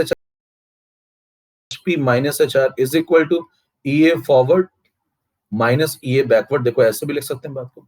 और बताओ HP माइनस HR को क्या लिख सकते हैं, डेल्टा H। क्यों, डेल्टा H क्या होता है बताओ, डेल्टा H होता है प्रोडक्ट माइनस रिएक्टेंट, मतलब एंथैल्पी चेंज। डेल्टा H कोई पूछे किसी रिएक्शन का डेल्टा H कैसे निकालते हो, तो कहेंगे डेल्टा H निकालने का तरीका है प्रोडक्ट माइनस रिएक्टेंट, मतलब फाइनल माइनस इनिशियल। चेंज कैसे निकालते हो रिएक्शन के अंदर, फाइनल माइनस इनिशियल, तो कर दिया, फाइनल प्रोडक्ट है, इनिशियल रिएक्टेंट है, दोनों के बीच का गैप निकाल दो, तो ये हो गया डेल्टा H। ये बात भी समझ में आनी चाहिए। तो सेकंड इक्वेशन ये बन गई। फिर सेकंड इक्वेशन ये बन गई तो उसको समझने का एक और तरीका सुनो। मान लो कोई व्यक्ति है, और वो सुबह 30 रुपए लेके निकला। एक और तरीका सुनो, और उसने 50 रुपए कमाए, 30 रुपए लेके निकला, 50 रुपए कमाए, फिर उसने मान लो लौटते समय 10 रुपए उड़ा दिए, तो उसके पास कितने रुपए बचे निकाल लोगे?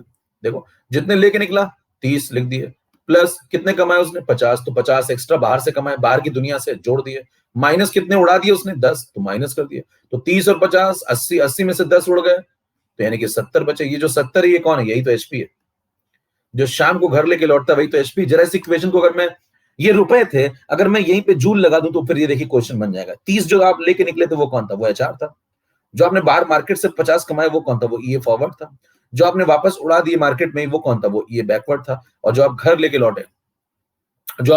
लौटे, वो कौन है? वो एचपी है। क्या समझ में आ रही बात? यहीं पे जूल लगा दूंगा, यहाँ जूल लगा दूंगा, यहाँ जूल लगा दूंगा, यहाँ जूल लगा दूंगा, जूल है, ये फॉरवर्ड 50 जूल है, ये बैकवर्ड 10 जूल है, एचपी बताओ कितने जूल होगा? सवाल समझ पा रहे हैं? ये वाली इक्वेशन देखिए और ऊपर वाली देखिए, दोनों सेम सेम है। ये दोनों सेम सेम है, समझने के तरीके अलग अलग है। क्लियर मामला? ये भी एक तरीका सही है। एक बात बताना जरा, ये रिएक्शन एंडोथर्मिक है, तो ये एंडोथर्मिक क्यों है?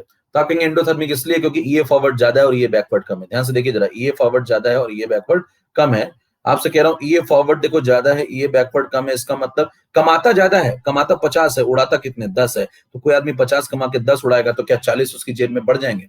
बच नहीं जाएंगे, बढ़ जाएंगे। ध्यान से शब्दों को सुना करिए। 50 रुपए कमाता है, 10 रुपए उड़ाता है, 40 रुपए उसकी जेब में बढ़ जाएंगे। बचेंगे कितने वो तो तब पता चलेगा सुबह कितने लेके निकला था। सुबह कितने लेके निकला था? 30, 40 बढ़ गए तो कितने अब हो जाएंगे? 70।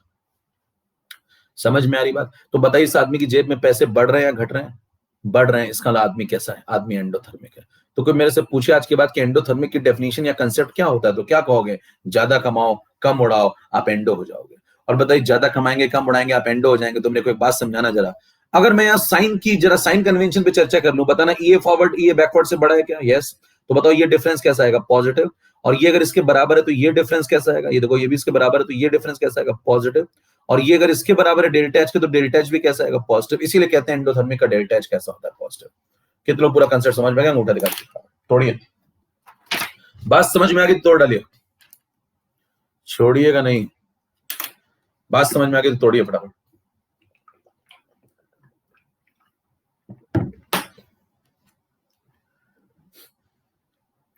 स्ट्राइक रेट देख लें कभी का। जब फॉर्म में आ जाता हूं तो मैं मतलब ऐसा खेलता हूं साहब बढ़ बढ़ के कि मतलब, और सब कंसेप्चुअल बातें हो जाएंगी एकदम खटाखट।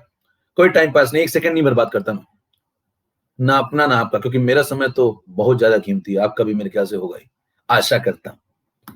12 नंबर पे चलता हूं। मोक्ष मिल रहा भैया? ये भैया फाउंडेशन कौन सा मैसेज डालने का, आप तो लग जाते हैं, पता नहीं क्या क्या डालें।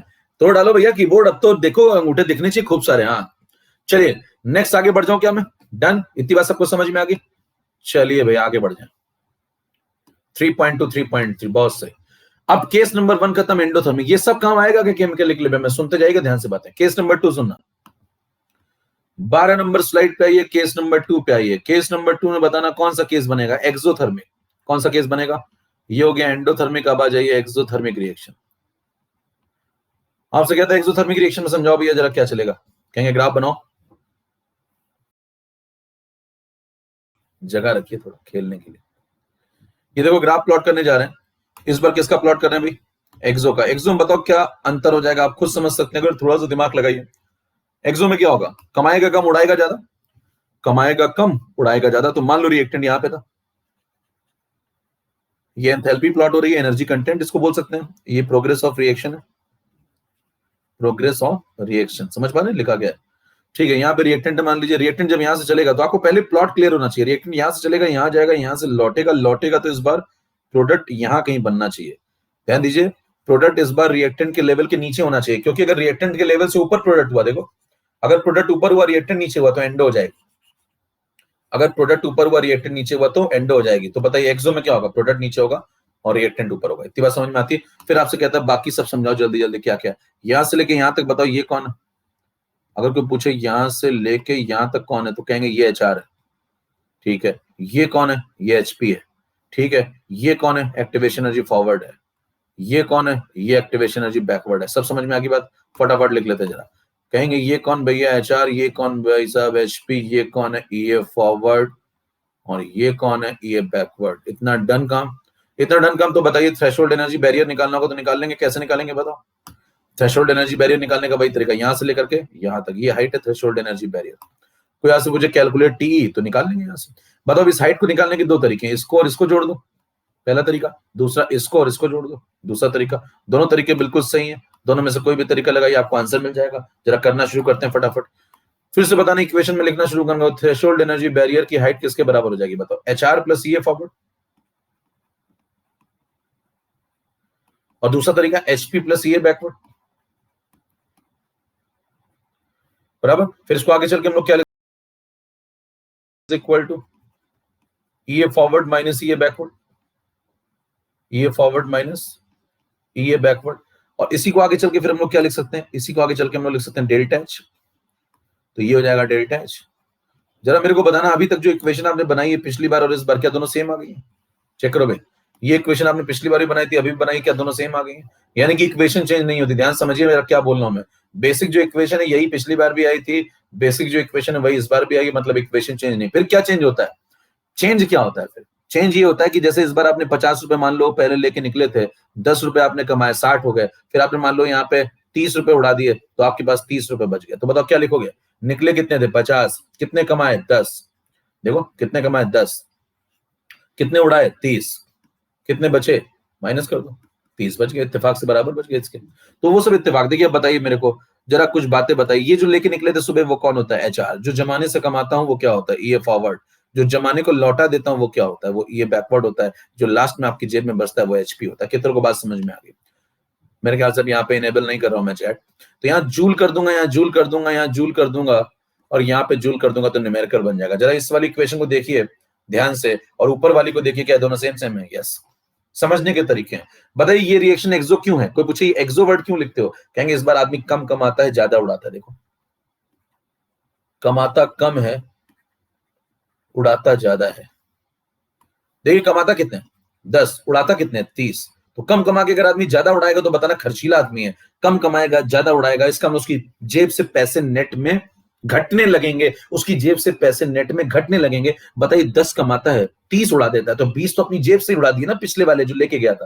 तो 50 रुपए लेके निकला था, 20 तो जेब से उड़ा के आ गया, तो बताओ बचेंगे कितने? 30। समझ में आ रही बात? ऐसे आदमी की जेब में पैसे कम होते जाते हैं, ऐसा आदमी कैसा है? एक्सोथर्मिक। कोई मुझसे पूछे एक्सोथर्मिक की बेसिक कंसेप्ट बताइए, तो आप क्या बताएंगे? कम कमाओ ज्यादा उड़ाओ, खर्चीला आदमी है, एक्सोथर्मिक है। क्लियर है? अब अगर साइन कन्वेंशन में बात कर लूं तो बताना EA फॉरवर्ड अगर छोटा है तो ये डिफरेंस कैसा हो जाएगा बताओ? EA फॉरवर्ड अगर ये छोटा है तो डिफरेंस कैसा? नेगेटिव। और ये नेगेटिव इसके बराबर है तो ये भी कैसा हो गया? नेगेटिव। और ये अगर इसके बराबर तो ये भी कैसा हो गया? नेगेटिव। और अगर ये नेगेटिव हो गया इसके तो कहते हैं डेल्टा H नेगेटिव होता है। किसमें? एक्सोथर्मिक। मेरे ख्याल सबको बात समझ में आ गई होगी। तोड़िए, बात समझ में आ जाए तो तोड़ा करिए भैया। कभी फॉर्म में आज छोड़ेगा नहीं। आइए सवाल लगाते हैं। लैग वैग होता है। चलो चलो चलो चलो, यस बढ़ते जाए। क्वेश्चन नंबर 1 मैंने आपको पिछली क्लास में करा दिया था, जिसको इस टाइप के क्वेश्चन समझने हो कॉम्प्लेक्स रिएक्शन वाले, वो सब डन है, पिछली क्लास देख लीजिएगा। क्वेश्चन नंबर 2 डन है पिछली क्लास में, क्वेश्चन नंबर 3 डन है पिछली क्लास में। क्वेश्चन नंबर 6 पे आ जाइए। क्वेश्चन नंबर 6 पढ़ना शुरू करिए। 6 नंबर सवाल है आपके सामने। Endothermic reaction which is with high activation energy for the forward reaction is given by the diagram. पहली बात तो आपको एंडो बताना है और बाकी तो आप समझिएगा। चलिए पोल शुरू करता हूं। पोल शुरू हो रहा है, इसके लिए लीजिए लगाइए फटाफट।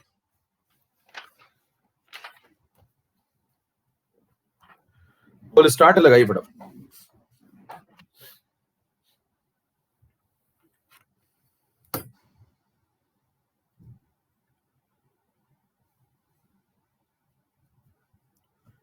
खींचो भाई।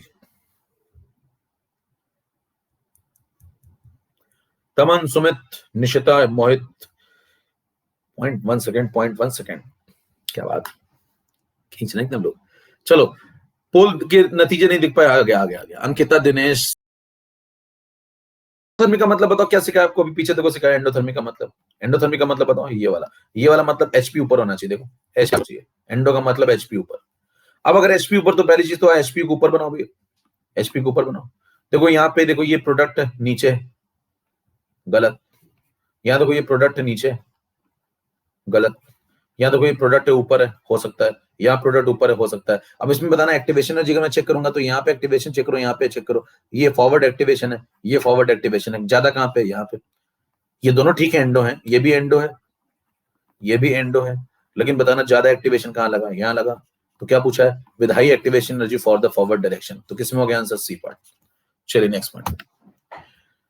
अगला सवाल 7 नंबर पढ़िए, 7 नंबर के लिए पोल शुरू कर रहा हूं के लिए। स्टार्ट।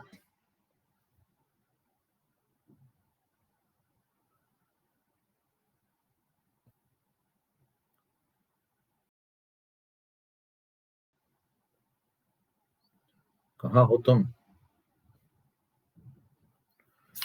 डेल्टा एच कहाँ है? ढूंढो कहाँ है।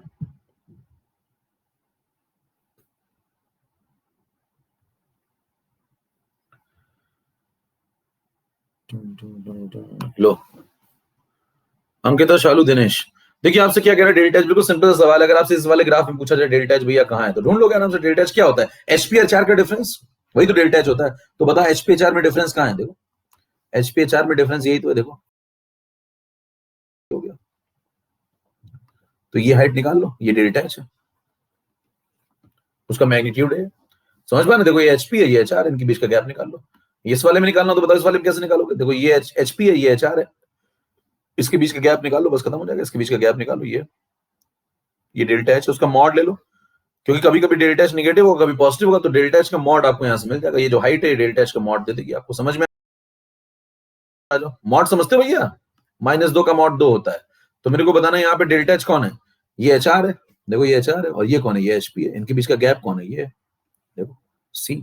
तो आंसर कौन सा हो गया? C part. कितने लोग समझ में आ गई बात? डन ये सब बात है। चलो अभी बाकी क्वेश्चन बाद में फिर और लगाएंगे, अब थोड़ा और पढ़ लेते हैं। इस प्रकार के क्वेश्चन डन। अब आगे बढ़ते जाइए। केस नंबर 2 भी डन। इधर आगे हम लोग 12 नंबर स्लाइड, उसके बाद 13 नंबर स्लाइड। 13 नंबर स्लाइड सवाल सुनो। Question, delta H is equal to +20 kilo joule, ये forward is equal to +85 kilo joule. दो जरा आसान सवाल लगाओ जल्दी जल्दी पहले। ये बैकवर्ड आपको बताना है, ये बैकवर्ड आपको बताना है। 4 ऑप्शन है। ऑप्शन है पहला 85 -85 65 -65। पोल शुरू करता हूं।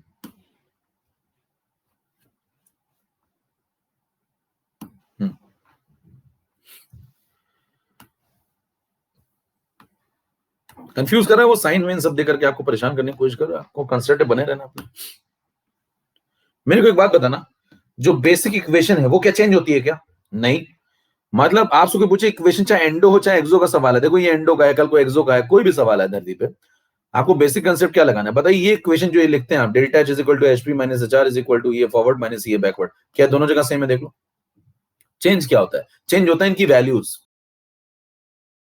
इशू देखिए ध्यान से, ये इक्वेशन नहीं चेंज होती भैया, ये इक्वेशन सेम है। तो चाहे ये वाली लीजिए, एक्सो लीजिए, और चाहे एंडो लीजिए, बेसिक इक्वेशन पे कोई फर्क नहीं पड़ेगा, सिर्फ उनके साइन बदल जाते हैं। यहाँ ये सब पॉजिटिव थे और अगले वाले में ये सब नेगेटिव हो गए, इनकी वैल्यूज चेंज हो जाएंगे, 50 10 30 30 ये सब। ठीक है, तो कुल मिला के आपको एक बात समझ में आनी चाहिए, सवाल कोई भी आ जाए आपको लगाना तो यही है, हर सवाल में आपको ये लगाना है, HP minus HR is equal to ये फॉरवर्ड माइनस ये बैकवर्ड। बताओ ये किस में लगाओगे, एंडो में कि एक्सो में? तो कहेंगे सब में यही लगाएंगे। आप सब में लगाओगे तो बस लगा खत्म करो। ये फॉरवर्ड कितना हो गया? 85, ये बैकवर्ड आपको यहां से निकालना है, और इसको बराबर कर दो किसके? डेल्टा एच के। डेल्टा एच कितना? +20। यहां से ये बैकवर्ड की वैल्यू आ गई कितनी? 65। खत्म हो गया सवाल। 2 लाइन का सवाल था, कुछ था ही नहीं सवाल में। चलिए नेक्स्ट पे चलते हैं। और किलो जूल यहाँ, तो किलो जूल जाहिर सी बात है सब में किलो जूल ही लिखा होगा। ठीक है 14 पे। 14 में आपसे कहता है एक और आसान सवाल लगाओ जरा। एक बात इस सवाल से क्या बताओ इंपॉर्टेंट समझ में आई कि चाहे कोई क्वेश्चन कोई सा भी आए, लेकिन हमको इक्वेशन कौन सी यूज करनी होती है बताओ? सेम, मैथमेटिकल फॉर्म सेम है दोनों का, है ना? ये फॉरवर्ड एंड ये बैकवर्ड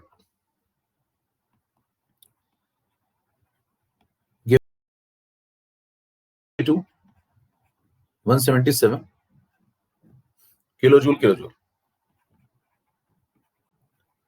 फॉर दिस रिएक्शन। एक रिएक्शन ऐसी दे दी, फॉरवर्ड भी दे दी, बैकवर्ड भी दे दी, आपको बताना है आपको नेचर ऑफ द रिएक्शन, पहला पार्ट।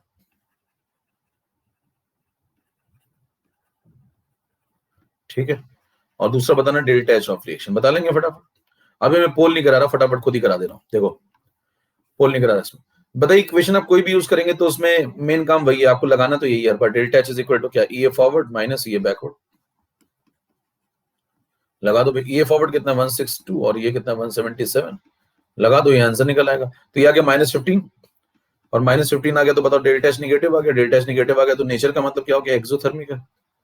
ठीक है, डेल्टा एच आ ही चुका है, -15 खत्म, सवाल खत्म। नेक्स्ट पे चला, 15 नंबर स्लाइड पे। अब थोड़ा ढंग का सवाल लो, आपसे पूछ रहा है ढंग का थोड़ा सवाल बनाया जाए अगर, फॉर एंडोथर्मिक रिएक्शन आपको बताना है एंडोथर्मिक रिएक्शन के लिए कौन सा ऑप्शन सही है।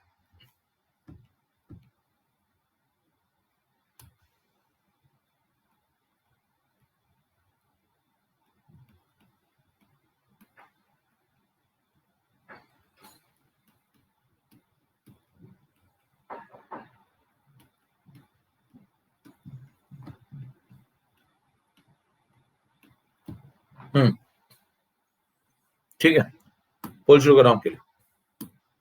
ये मॉड लगा, मॉड समझते हो, चल लगा, नहीं समझते हो तो समझ जाओगे,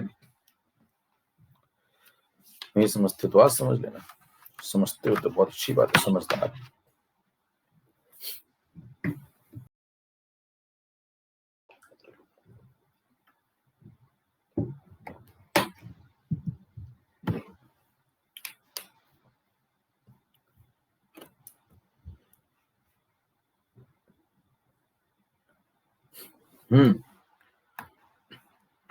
अंकिता दिनेश अतुल, देखिए ध्यान से, आपसे कहता है एंडोथर्मिक की लिमिटेशन बताओ। ग्राफ की, हर ग्राफ की कोई लिमिटेशन होती है, ध्यान दीजिए, हर ग्राफ की दुनिया में कोई लिमिटेशन, एंडो की क्या लिमिटेशन देखना जरा, पीछे आपने पढ़ा भी, अगर ध्यान से आपने पढ़ा हो पीछे वाली बातें, तो एंडो की लिमिटेशन देखना जरा।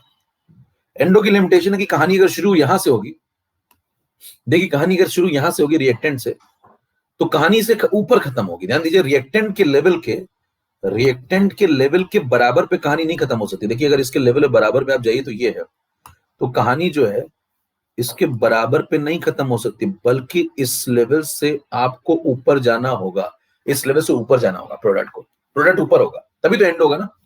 तो एंडो बने रहने के लिए प्रोडक्ट यहां ऊपर होना चाहिए। अब मेरे को एक बात बताओ, रिएक्टेंट यहां से स्टार्ट हुआ, पहले यहां तक जाएगा थ्रेशोल्ड तक। अब बताओ थ्रेशोल्ड तक जब जाएगा तो आप कहेंगे एक्टिवेशन एनर्जी इतनी तो लगाएगा, भाई इतनी तो लगाएगा। ठीक है, ये कौन सी वाली होगी, ये होगी एक्टिवेशन एनर्जी फॉरवर्ड, ये होगी एक्टिवेशन एनर्जी फॉरवर्ड। ठीक है, अब जब यहां से लौटेगा तो लौटते ही बताना, लौटते ही क्या होने लगेगा। देखो अगर यहीं पे रुक जाता, अगर मान लो प्रोडक्ट यहीं बन जाता, तो फिर तो आप कहते कि ये एचआर है, ये एचपी हो गया, तो डिफरेंस डेल्टा एच ये हो गया पूरा। देखो अगर इसको प्रोडक्ट मान लें थोड़ी देर के लिए, तो ये प्रोडक्ट, ये रिएक्टेंट, ये गैप जो हो गया डेल्टा एच हो गया, बराबर हो गया इसके। लेकिन ऐसा हो नहीं सकता, क्यों, क्योंकि यहां रुक नहीं सकता, क्योंकि ये क्या थ्रेशोल्ड एनर्जी बैरियर है। यहां पे क्या बनते हैं, इंटरमीडिएट बनते हैं, एक्टिवेटेड कॉम्प्लेक्स भी बोलते हैं इसको, लेकिन आसान भाषा में बात करें तो इंटरमीडिएट बनेंगे। तो मतलब यहाँ पे प्रोडक्ट रुक ही नहीं सकता, क्यों, क्योंकि यहां से तो नीचे उतरना पड़ेगा ना उसको। अब यहां से जब वो नीचे उतरेगा, तो मेरे को एक बात बताओ भाई, जैसे एक आदमी है, कैदी है, मान लो जेल के अंदर बंद है, देखो जेल के अंदर बंद है आदमी।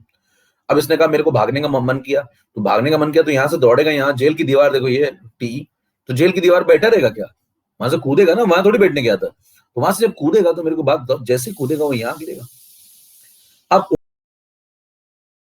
नीचे आ गया, कंफर्म आना ही था, लेकिन बताना इस नीले लेवल के नीचे जा नहीं सकता, क्योंकि अगर इसके नीचे चला गया, इसके नीचे चला गया, तो फिर तो एंडो ही नहीं रह जाएगी, तो इसके नीचे जा नहीं सकता, यानी कि ये हो नहीं सकता। अच्छा अगर इसके नीचे नहीं जा सकता, मतलब इसके ऊपर ही रहेगा, तो यहाँ के रुक जाएगा। देखो यहाँ भी रुक सकता है, यहाँ भी रुक सकता है, यहाँ भी रुक सकता है, कहीं भी रोक दो, जहां मन करे वहां रोक दो। अगर आपने यहाँ रोक दिया, मान लो ये प्रोडक्ट मान लिया, तो बताओ फिर डेल्टा एच कौन हो गया, बताइए क्या डेल्टा एच इन दोनों के बीच का गैप हो जाएगा ये, बताओ डेल्टा एच इन दोनों के बीच का गैप हो जाएगा ये वाला। और अगर ये डेल्टा एच हो गया, उसका ये मॉड हो गया, तो मेरे को बात बताओ डेल्टा एच का मॉड तो हर हाल में ई फॉरवर्ड से छोटा ही होगा। देखो ये फॉरवर्ड तो हर हाल में बड़ा लग रहा है, देखो ये हमेशा बड़ा होगा।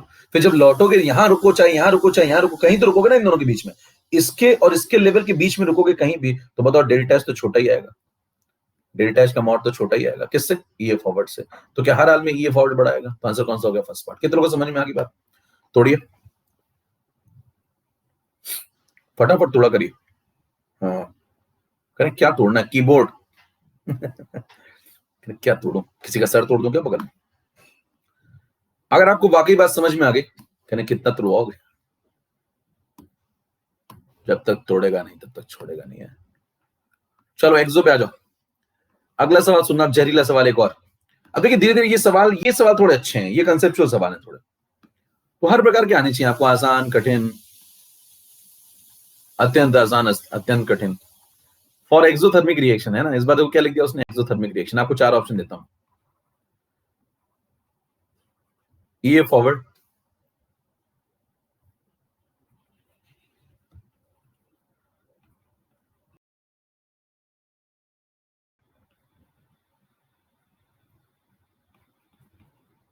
ग्रेटर देन, भाई 4 ऑप्शन सेम,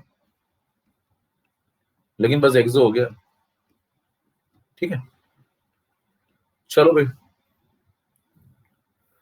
पोल शुरू कर रहा हूं। पीछे वाला आपने कर ही लिया, पीछे वाले में ग्रेटर आया था, इस बार सोच के बताओ जल्दी से, दिमाग लगा के क्या आंसर आएगा। अपना तेज दिमाग इस्तेमाल करो और बता दो जमाने को क्या होगा।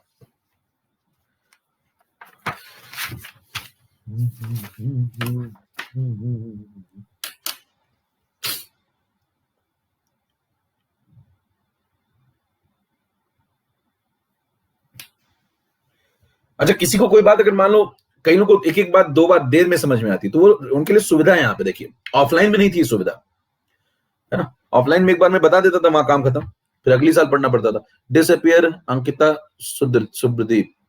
तो अगर किसी को एक बार में नहीं समझ में आता, वो लोग, कुछ लोगों को दिक्कत होती है, 2 बार में समझ में आता है, तो उनके मतलब दोनों साल यही हो सकते हैं।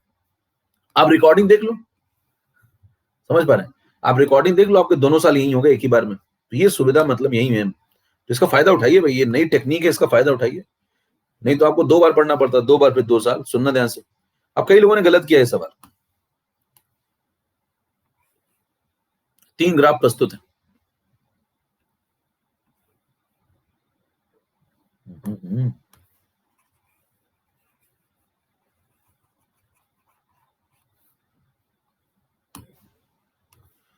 बाकी सब तो बेकार है, ये मस्त चीज है।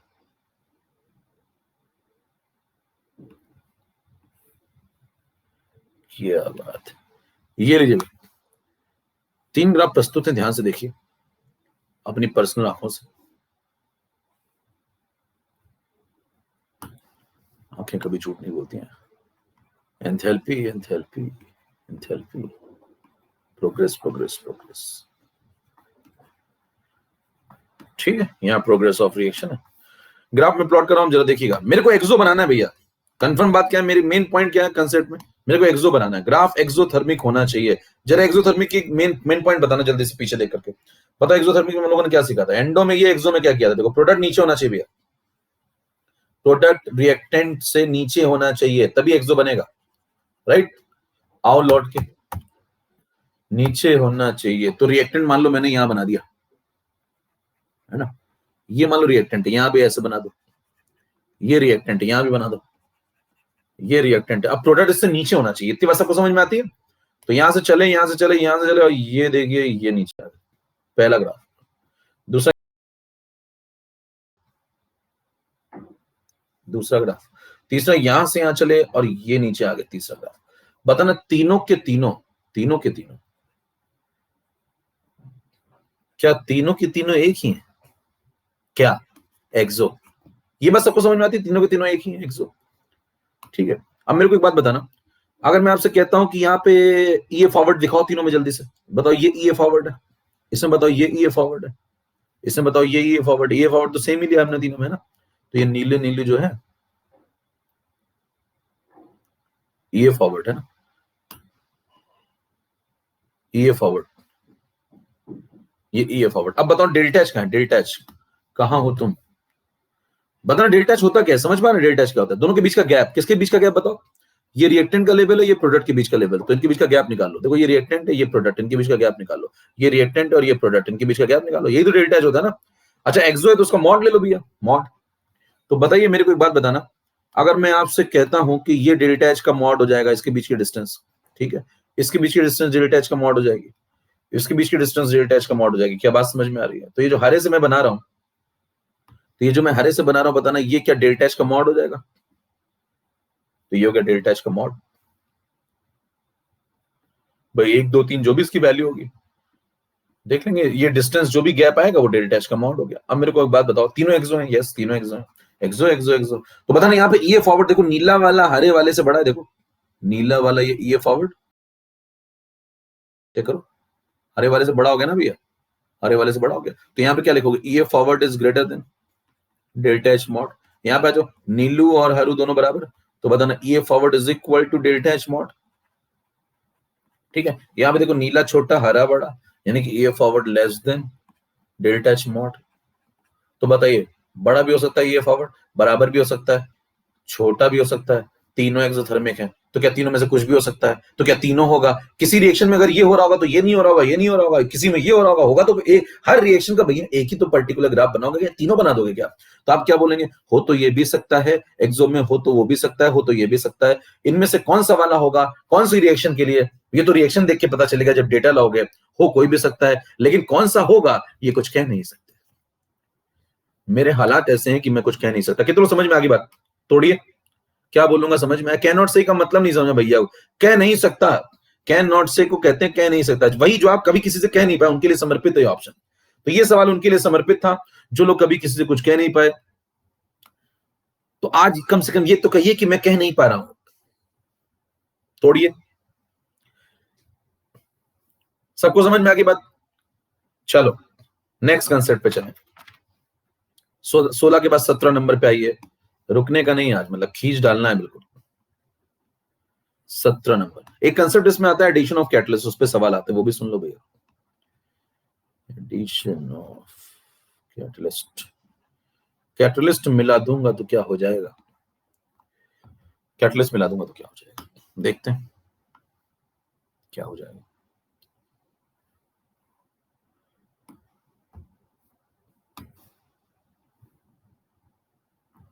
मान लो आपसे कहता है कि यहाँ पे मैंने एंथैल्पी प्लॉट किया, यहाँ पे मैंने, जिसको बात एक बार में ना समझ में आया करे वो मैंने बता दिया ना, उसका उपाय बहुत तगड़ा, रिकॉर्डिंग देख लिया करो, सोचो कि आपकी क्लास चल रही फिर से दोबारा, रिकॉर्डिंग देख लिया करो दोबारा से घर जाके, है ना? तो उससे क्या होगा, आपका समय भी बचेगा, मेरा भी, और समाज का भी। आप सोचिए एक साथ कितने लोगों का भला कर रहे हैं। वही बात मैं दोबारा बताऊंगा, 13 बताऊंगा, 10 बार बता दूंगा, तो तीनों का वेस्ट होगा।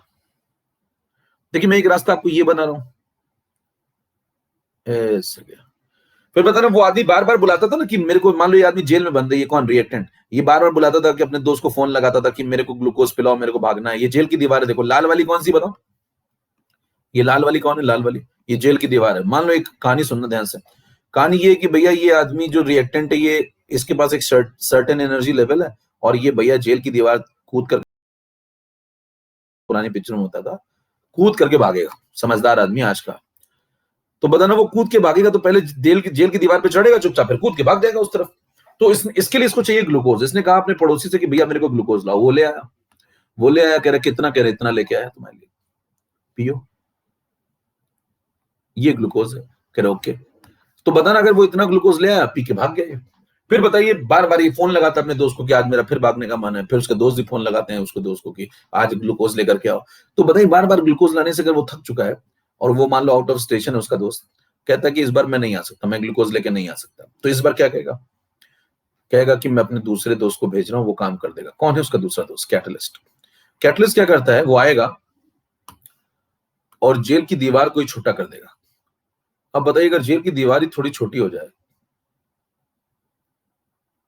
समझ पा रहे हैं?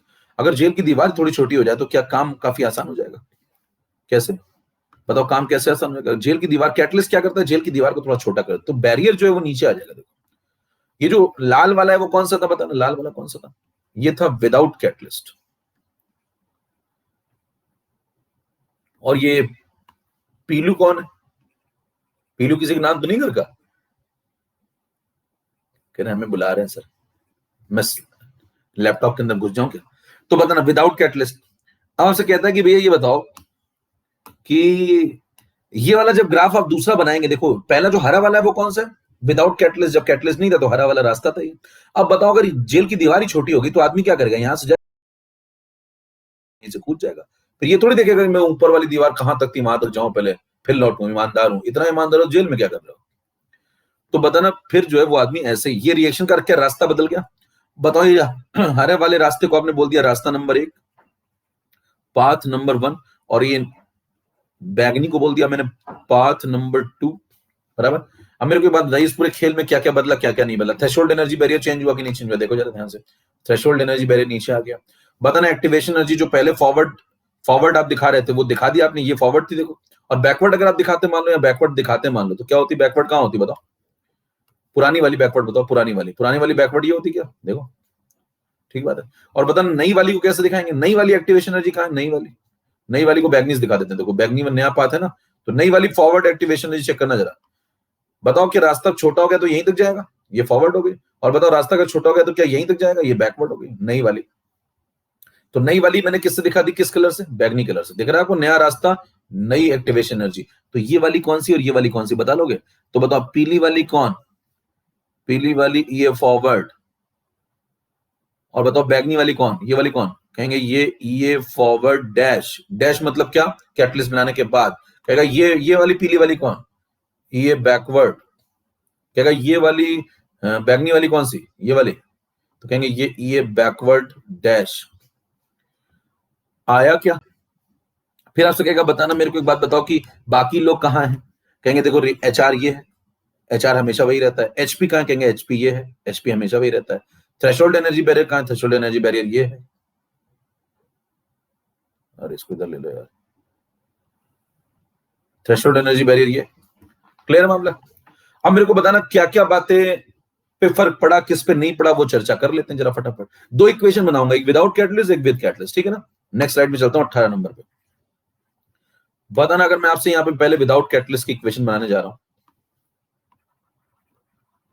विदाउट कैटलिस्ट के बिना क्या चल रहा था? देखो कैटलिस्ट के बिना हाइट कितनी थी बताओ, यहां से लेके यहां तक कितनी हाइट? देखो ये यहां से लेके यहां तक T1। देखो T1 निकालने का तरीका बताओ। ये कौन है? एचआर। इसमें ये फॉरवर्ड, ये वाला पीला वाला जोड़ दो, पीला वाला। देखो एचआर प्लस ये फॉरवर्ड, तो बन गया T1। दूसरा एचपी, ये एचपी ले लो, ये एचपी है। और इसमें क्या जोड़ दो? ये वाला पीला वाला, ये बैकवर्ड जोड़ दो, तो T1 आ जाएगा। लिख लेते हैं, बताओ T1 is equal to HR plus is equal to HP plus ये बैकवर्ड। इतनी बात समझ में आती है सब? फिर पता नहीं इसी तरीके से मैं अगर दूसरी इक्वेशन बना लूं विद कैटलिस्ट, एक और बना लेते हैं। ये हो गया विदाउट, ये हो गया विद कैटलिस्ट। बताइए विद कैटलिस्ट अगर आप इक्वेशन बनाएंगे तो बताओ जेल के हाइट जो है वो चेंज हो गई। अब कितनी होगी बताओ? अब हाइट कितनी हो गई? यहां से लेके यहां तक ही होगी। देखो ये T2 है, चेक करो। अब अगर ये T2 है तो कहां से निकालोगे इसको? HR ले लो, प्लस ये वाला बैगनी वाला जोड़ दो। देखो ये फॉरवर्ड डैश, तो यहां तक पहुंच जाएंगे ना। और बताओ यहां से HP ले लो और उसमें ये बैगनी वाला जोड़ दो, ये देखो ये बैकवर्ड डैश, यहां तक पहुंच जाएंगे। तो बताना क्या लिखें फिर? T2 is equal to HR plus ये forward dash is equal to HP plus ये बैकवर्ड डैश। इतनी बात समझ में आती है? इसको थोड़ा आगे बढ़ा लो फटाफट। इसको लिख लो HP minus HR is equal to ये फॉरवर्ड माइनस ये बैकवर्ड। यहां पे लिख लो HP minus HR is equal to ये फॉरवर्ड डैश माइनस ये बैकवर्ड डैश। इतनी बात समझ में आ गई? HP माइनस HR को हम लोग लिख सकते हैं डेल्टा H। इसको लिख दो डेल्टा H आगे चल के, कोई दिक्कत नहीं भाई। आगे चल के आप लिख सकते हैं इसको is equal to delta H।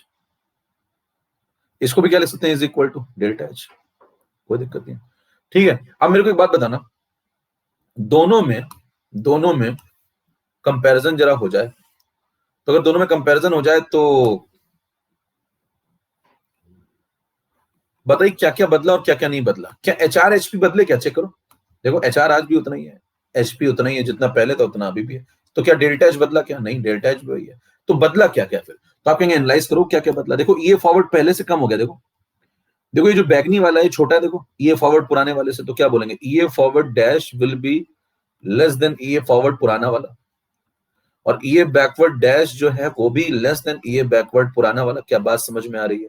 तो क्या बताइए, ये देखिए एक्टिवेशन एनर्जी दोनों गिर गई ना भाई। देखो ये वाली एक्टिवेशन एनर्जी भी देखो पहले से कम हो गई, और ये वाली एक्टिवेशन एनर्जी चेक करो पुरानी वाली। क्लियर? एक पॉइंट तो ये इंपॉर्टेंट हो गया। अच्छा, थ्रेशोल्ड एनर्जी बैरियर नीचे आ गया है, ये भी पॉइंट इंपॉर्टेंट है। मान लो ये एक्स अमाउंट से नीचे आ गया, ठीक। अब मैं आपसे कुछ बातें जरा चेक कर रहा हूं। क्या बातें चेक करो मैथमेटिकली, सुनिएगा ध्यान से। अगर मैं दोनों जगह से HP माइनस HR को बराबर कर दूं, यहां से भी, तो बताओ इन दोनों को क्या इक्वेट कर सकते हैं? HP वही है, HR वही है, तो ये डिफरेंस भी वही है। देखो HP माइनस HR, तो क्या लिख सकता हूं इसकी मदद से मैं कि EA forward minus EA backward is equal to EA forward dash. अब ये एक ढंग की बात आने वाली, ध्यान सुनिएगा, माइनस EA बैकवर्ड डैश। जहरीला सवाल इसी में बनता भी है। अगर कोई आपसे पूछे कि बताओ कैटलिस्ट मिलाने पे EA फॉरवर्ड एक्टिवेशन एनर्जी बदलती है क्या? बताओ फॉरवर्ड एक्टिवेशन एनर्जी बदलती है क्या? तो यस बदलती है। देखो घट जाती है, देखो ये छोटी हो गई। बैकवर्ड एक्टिवेशन एनर्जी बदलती है क्या? यस, वो भी देखो पहली पुरानी वाली बैकवर्ड से छोटी हो गई।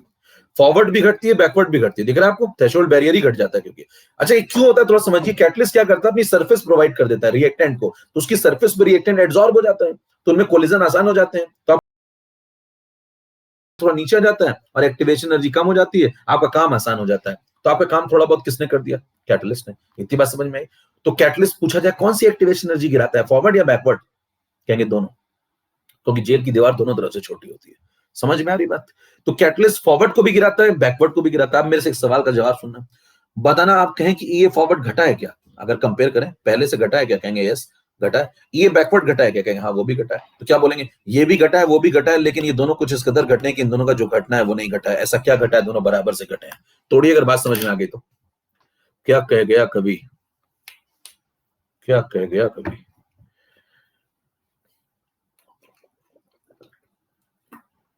स्लो वर्जन में आइएगा साहब। ये भी घटा है वो भी घटा है, लेकिन दोनों कुछ इस कदर घटे कि दोनों का जो घटना है वो नहीं घटा है। ऐसा क्या घटा है? दोनों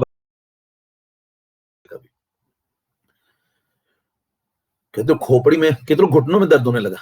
कह रहे मैं यहां पे सवाल, यहां दिमाग लगाता हूं तो मेरे पैर दर्द करते हैं। कनेक्शन गलत साबित हो, कहे तार गलत जुड़ गए क्या मेरे? सुनना देना ध्यान से भैया। ये भी घटा है भाई, ये पहले जितना था उससे तो कम हो गया ना। ये भी घटा और ये भी घटा है, ये भी घटा और वो भी घटा है, सॉरी, है ना। ये भी घटा है, देखो ये भी घटा है वो भी घटा है, ये भी घटा है वो भी घटा है, लेकिन इन दोनों का जो घटना है, इन दोनों का जो घटना है वो नहीं घटा है। ऐसा क्या घटा है?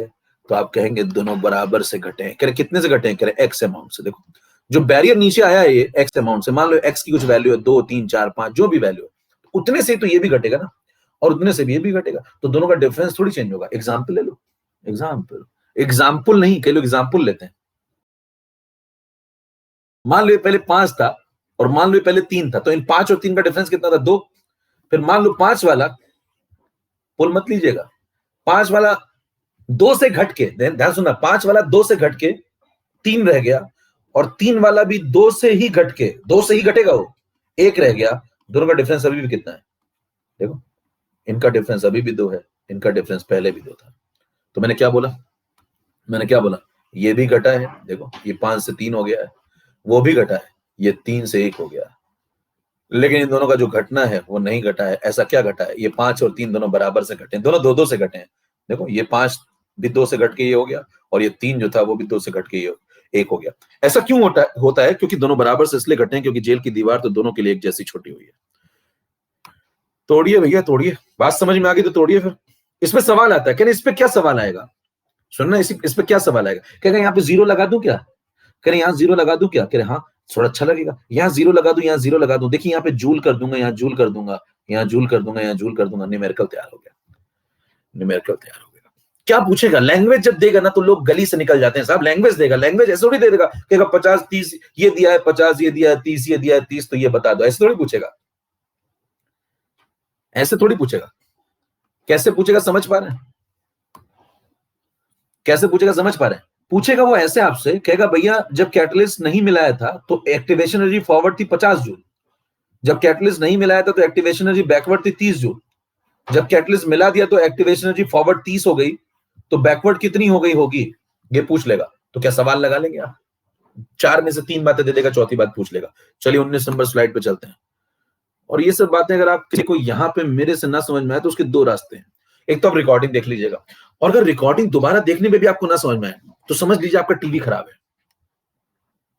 कई बार टीवी खराब होता है, चैनल बदल रहे होते हैं, उससे कोई फायदा नहीं होता है। टीवी खराब है तो क्या कर लेंगे चैनल बदल के। चलो आगे बढ़ते हैं। On the addition of catalyst, जरा कुछ पॉइंट हो जाए। On the addition of catalyst क्या क्या होता है, ये सब पूछा जाता है, क्योंकि सुनते जाइएगा, हर एक बात पे सवाल मिलेगा आपको। On the addition of catalyst, threshold, energy barrier, क्या होगा उसका। HR एंड HP, इनका क्या होगा। डेल्टा H का क्या होगा। EA forward and EA backward का क्या होगा। Difference between EA forward and EA backward का क्या होगा। अगला, the time taken for conversion का क्या होगा। कन्वर्जन में लगने वाला समय। रेट ऑफ कन्वर्जन का क्या होगा।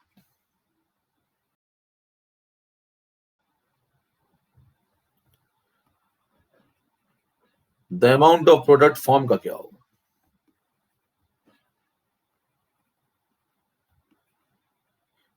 सब में मैं पोल पोल करा सकता हूं, है ना। जरा लेकिन जो बिना पोल पोल किए जरा फटाफट काम कर ले, लाइक टाइम पास। चलिए आपसे पूछता है, कैटलिस्ट मिला दिया मैंने, क्या होगा। सुनिए ध्यान से, कैटलिस्ट मिलाऊंगा तो क्या होगा बताना। थ्रेशोल्ड एनर्जी बैरियर का क्या होगा बताना। थ्रेशोल्ड एनर्जी बैरियर क्या हो जाएगा, डिक्रीजेस। चलिए लिखते जाते हैं, डिक्रीजेस। HRHP बताना जरा, HRHP देखो, चेक करो, HR वही है, HP वही है, सेम सेम।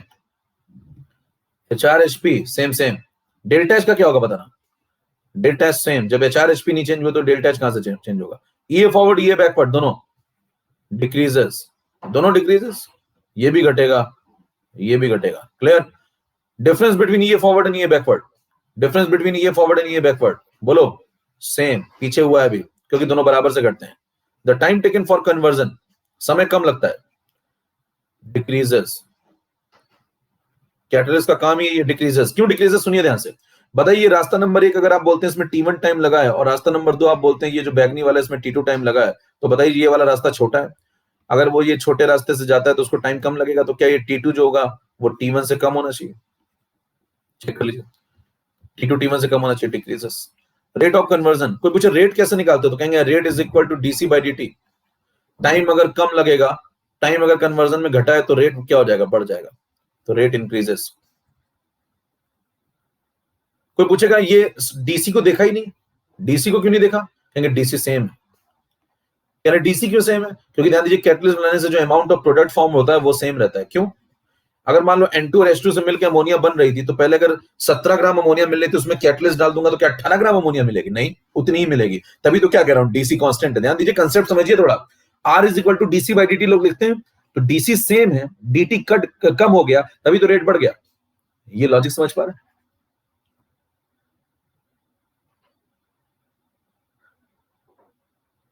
क्लियर, तोड़िए, बात समझ में आ गई, तोड़िए फटाफट। बताइए, अगर N2 प्लस 3H2 से अमोनिया बन रही है, कुछ तो इसी में लगे रहते हैं, लैग हो रहा है।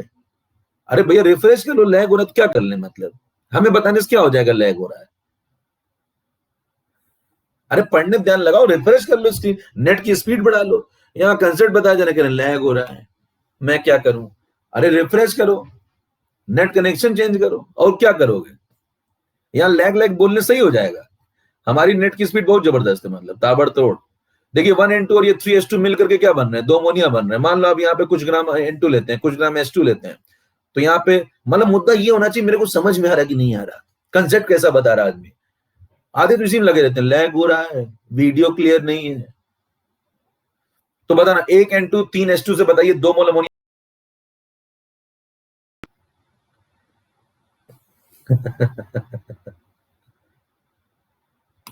अब हुआ सही में लैग, अब आया मजा। देखो अब सही में लैग हुआ था, यस, अब रियल वाला लैग हुआ है। अब बोलो लैग हुआ।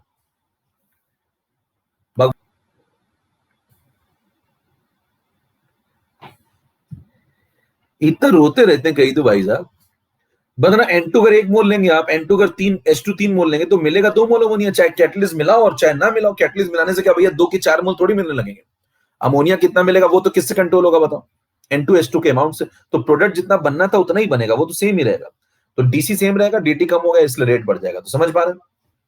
थ्रेशोल्ड एनर्जी बैरियर कम हो जाता है, 4 HP सेम रहता है, डेल्टा एस सेम रहता है, ये फॉरवर्ड ये बैकवर्ड दोनों गिरते हैं, डिफरेंस सेम रहता है, टाइम बनेगा तो रेट बढ़ जाएगा। मेरे ख्याल से बात समझ में आ गई होगी।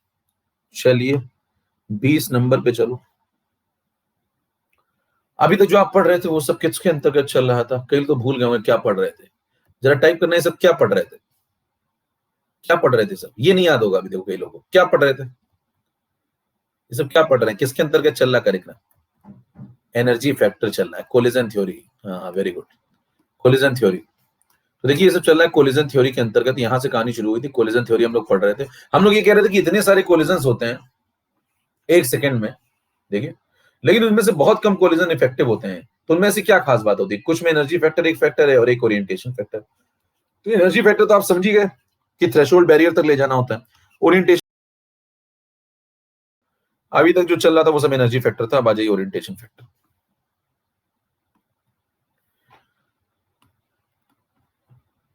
ध्यान दीजिए, अच्छे से टकराने के लिए, अगर आपको किसी से अच्छे से टकराना है तो आपकी दशा और आपकी दिशा दोनों दुरुस्त होनी चाहिए।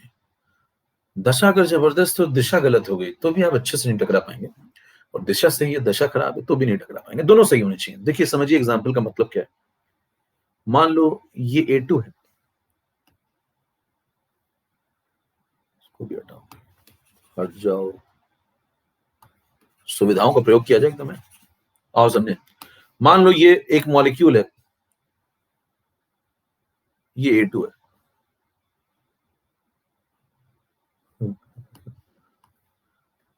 देखना ध्यान से, ये A2 है, गलत प्रयोग हो गया, बन नहीं पा रहा मामला, पहली बार बनाया जा रहा है। चलो ऐसे ले लो, दूसरा A2 टच करा दो, ये मान लो दोनों A2 है, और इधर मान लो ये B2 है, ठीक है, और ये दोनों B2 है। अब मान लो A2 का मॉलिक्यूल आमने से आया, B2 का मॉलिक्यूल सामने से आया, ठीक है। तो ये मान लो A2 है, ये B2 है, और ये आमने सामने से ऐसे आ गए, इधर से आ गए, इधर से आ गए, ठीक। अब दोनों आपस में बताना क्या इनकी एनर्जी अगर मैं जबरदस्त रखूं तो कोलिजन हो जाएंगे, आमने सामने से हेड ऑन कोलिजन हो जाएगा। बताओ जब हेड ऑन कोलिजन होगा तो क्या सीन बनेगा, जल्दी से बनाते हैं। देखो ये A2 वाला इधर से आया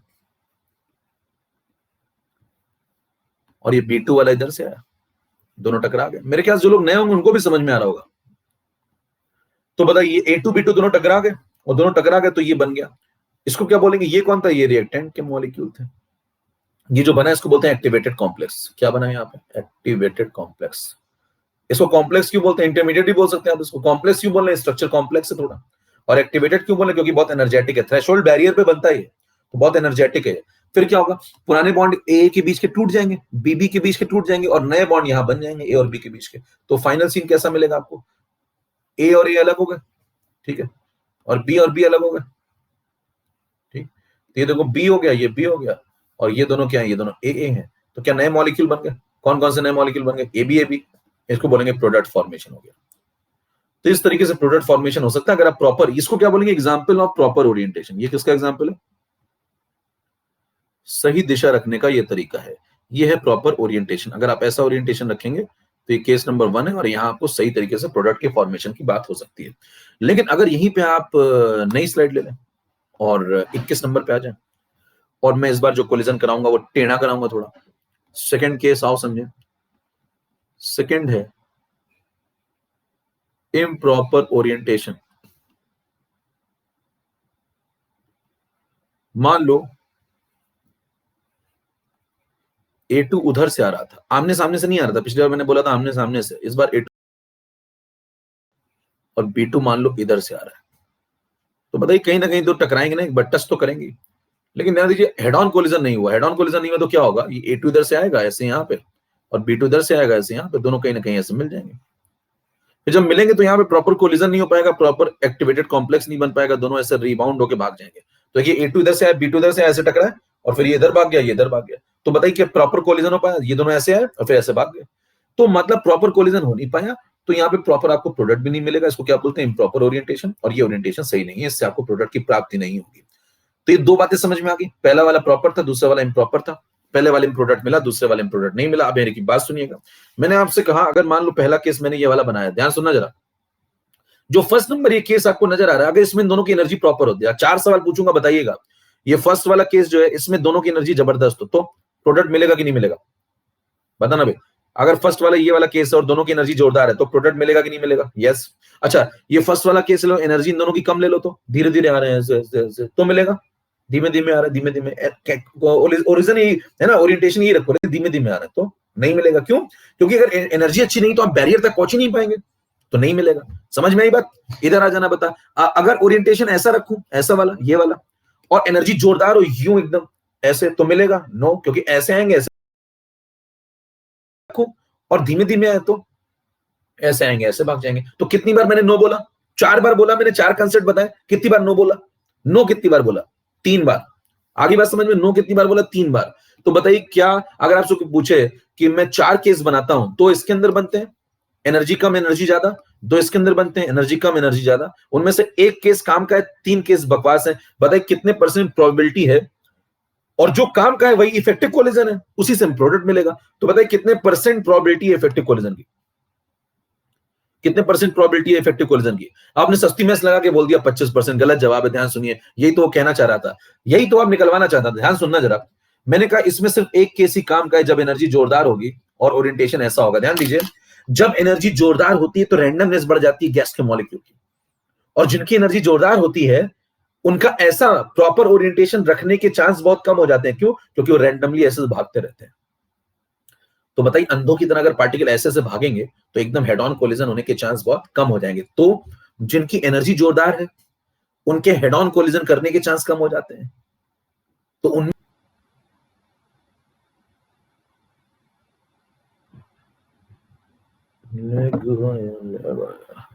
हाँ भाई, कहाँ पहुंच गए?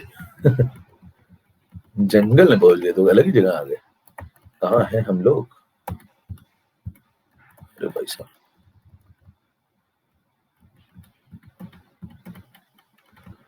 लगता है मैं खो गया हूँ।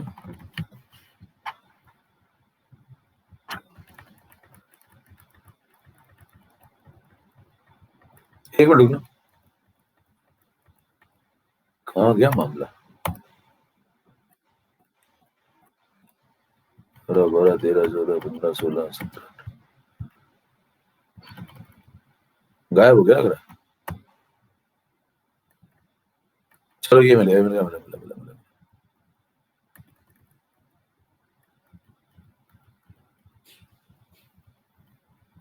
डायग्राम नहीं मिल रहा भैया, गायब ही हो गया, सेव ही नहीं हो गया। चलो मैं फिर से बता देता हूँ, यहाँ पे कुछ मामला गायब ही हो गया लग रहा है। पूरी स्लाइड में की नहीं, अदृश्य। तो बात समझ में आ गई आपको? तो होगा क्या, जिनकी एनर्जी जोरदार होगी, है ना, जिनकी एनर्जी जोरदार होगी, एक बार आप रिफ्रेश करके देखना तो शायद मिल जाएगा।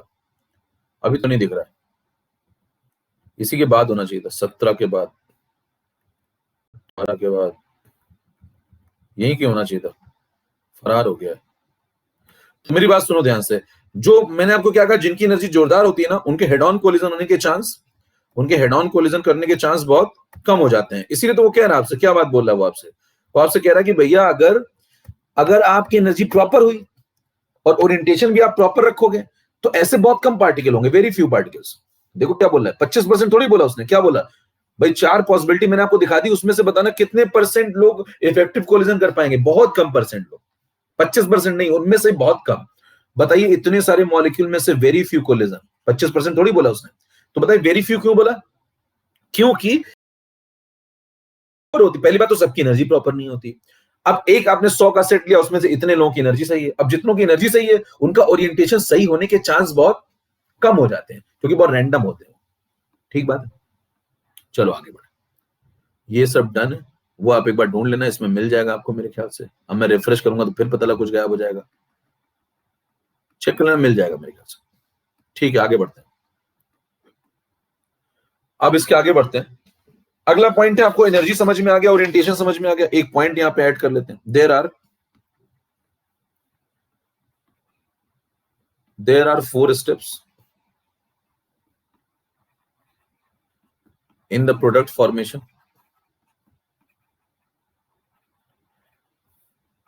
नहीं तो लेक्चर की रिकॉर्डिंग तो मिल ही जाएगी, उसमें तो होगा ही होगा। इन द प्रोडक्ट फॉर्मेशन, ठीक, कौन कौन से स्टेप्स होते हैं? Step number 1, step number 4। बताइए स्टेप नंबर 1 क्या है? Activation of reactant. Activation of reactant, पहले तो रिएक्टेंट एक्टिव करो, पहले उसको एनर्जी दो, फिर क्या होगा? फिर बॉन्ड डिसोसिएशन होगा। तो जब एक्टिवेटेड कॉम्प्लेक्स बन जाएगा तो क्या होगा? पुराने बॉन्ड टूट जाएंगे, तो बॉन्ड डिसोसिएशन होगा, और नए बॉन्ड बन जाएंगे। दिखाया था अभी आपको मैंने, बॉन्ड फॉर्मेशन होगा। जो ए के बॉन्ड थे वो टूट गए थे, और जो ए बी बॉन्ड थे वो बन गए थे, बॉन्ड फॉर्मेशन। समझ पा रहे हैं? लेकिन ये तभी हो पाएगा जब दोनों बातें प्रॉपर हो। क्या क्या दोनों बातें प्रॉपर हो बताना? Sufficient energy, sufficient amount of energy with proper orientation. यहां पे जाके कोलिजन थ्योरी बंद होती है। With proper orientation is mandatory. Mandatory मतलब चाहिए ही चाहिए, compulsory, is mandatory for effective collision. यहां पे कोलिजन थ्योरी बंद होती है, यहीं से शुरू हुई थी और यहीं कंसेप्ट बंद हो गई, कोलिजन थ्योरी समाप्त होती है। ठीक, उसके बाद नेक्स्ट स्लाइड पे चलते हैं। थोड़ा समय और लेते हैं, 10 मिनट, क्योंकि भैया कोर्स नहीं तो फिर दिक्कत आएगी। थोड़ा सा चीजें और आपको 10-10 मिनट एक्स्ट्रा लगाने होंगे। और मेरे ख्याल से नेक्स्ट क्लास आपकी 11:30 से है ना। मैं पूछ नहीं रहा हूं, बता रहा हूं पहली चीज तो पूछ नहीं रहे, बता रहे हैं के तौर पे लीजिए, राय नहीं मांगी जा रही है, ठीक है ना। चलिए आगे बढ़ते हैं, सूचना के तौर पे लीजिए। अगला पॉइंट है factors affecting the rate of reaction. क्या मैं बताऊं मेरा क्या मन है? जब पूछेंगे तो बता देना। Factors affecting the rate of reaction, कौन कौन से ऐसे फैक्टर डाल सकते हैं? मैंने आपको जब काइनेटिक्स शुरू की थी, याद करिए एकदम स्टार्टिंग में, तो मैंने आपसे कहा था कि कुछ ऐसे मैंने 2 बातें पढ़नी है काइनेटिक्स में। मैंने आपको बोला था, मैंने कहा था पहली चीज पढ़नी है रेट ऑफ रिएक्शन, और दूसरी चीज पढ़नी है factors affecting the rate of reaction. तो मैंने रेट ऑफ रिएक्शन आपको काफी पढ़ा दिया, सब कुछ हो गया उसमें। रेट लॉ हो गया, रेट एक्सप्रेशन हो गया, सब पढ़ चुके हैं आप। एलिमेंट्री पढ़ लिया आपने, कॉम्प्लेक्स पढ़ लिया आपने, और वो भी वाला केस पढ़ लिया जो सूडो वाला होता है। 3 ही केस होते हैं, देखिए, एक एलिमेंट्री होगा, एक कॉम्प्लेक्स होगा, एक सिंगल स्टेप होगा, एक मल्टी स्टेप होगा, और एक केस कौन सा होगा? जो कंडीशन बदल दूं, एक्सेस वैक्सेस कर दूं तो सूडो बन जाए। बस 3 ही केस होते हैं। तो बताइए तीनों में क्या आपको ऑर्डर निकालना आता है? तीनों में क्या आपको मॉलिक्यूलरिटी पता है? एलिमेंट्री में मॉलिक्यूलरिटी आपको पता है ना, टोटल मॉलिक्यूल देख लो। कॉम्प्लेक्स की भी आपको मॉलिक्यूलरिटी पता है, ओवरऑल मीनिंगलेस होती है, और वो सूडो वाली मैंने आपको बताई दी। तो तीनों केस में आपको मॉलिक्यूलरिटी भी पता है और तीनों में आपको ऑर्डर निकालना भी पता है। एलिमेंट्री में ऑर्डर कैसे निकालते हैं? ऑर्डर एक एलिमेंट्री में मॉलिक्यूलरिटी के बराबर आ जाती है। कॉम्प्लेक्स में आपको सिखाई दिया वो बड़े बड़े सवाल लगवा के, जिनको मैंने जे बताया था, और सूडो वाला आपको समझाई दिया। तो सब क्लियर है आपको, सबकी ऑर्डर और सबकी मॉलिक्यूलरिटी। ठीक है, अब हम लोग आगे बढ़ते हैं। किन किन बातों पे रेट ऑफ रिएक्शन डिपेंड करता है, मतलब क्या बदल दूं तो रेट ऑफ रिएक्शन को फर्क पड़ता है? पहला है नेचर ऑफ रिएक्टेंट, दूसरा है concentration,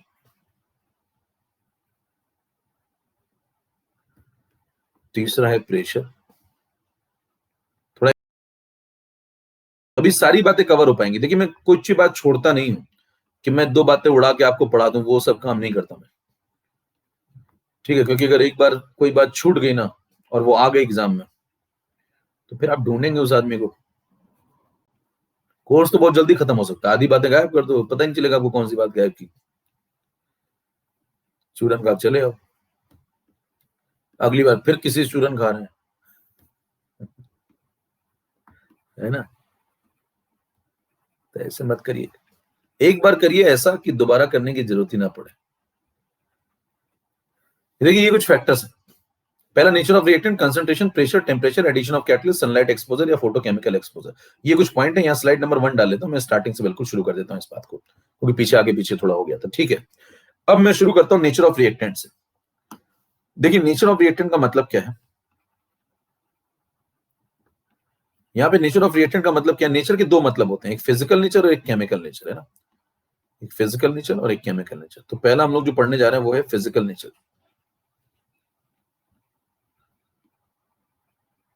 physical nature of reactant. अब देखिए फिजिकल नेचर ऑफ रिएक्टेंट में पहला पॉइंट जो आएगा वो आएगा फिजिकल स्टेट। पहला जो पॉइंट आएगा, फिजिकल नेचर के अंदर ही चल रहे हैं हम लोग, है ना, दो नेचर होते हैं, एक फिजिकल नेचर एक केमिकल नेचर। तो पहले हम लोग फिजिकल नेचर समझ रहे हैं। फिजिकल नेचर में जो पहला पॉइंट आएगा वो आएगा physical state. Physical state of reactant से फर्क पड़ता है।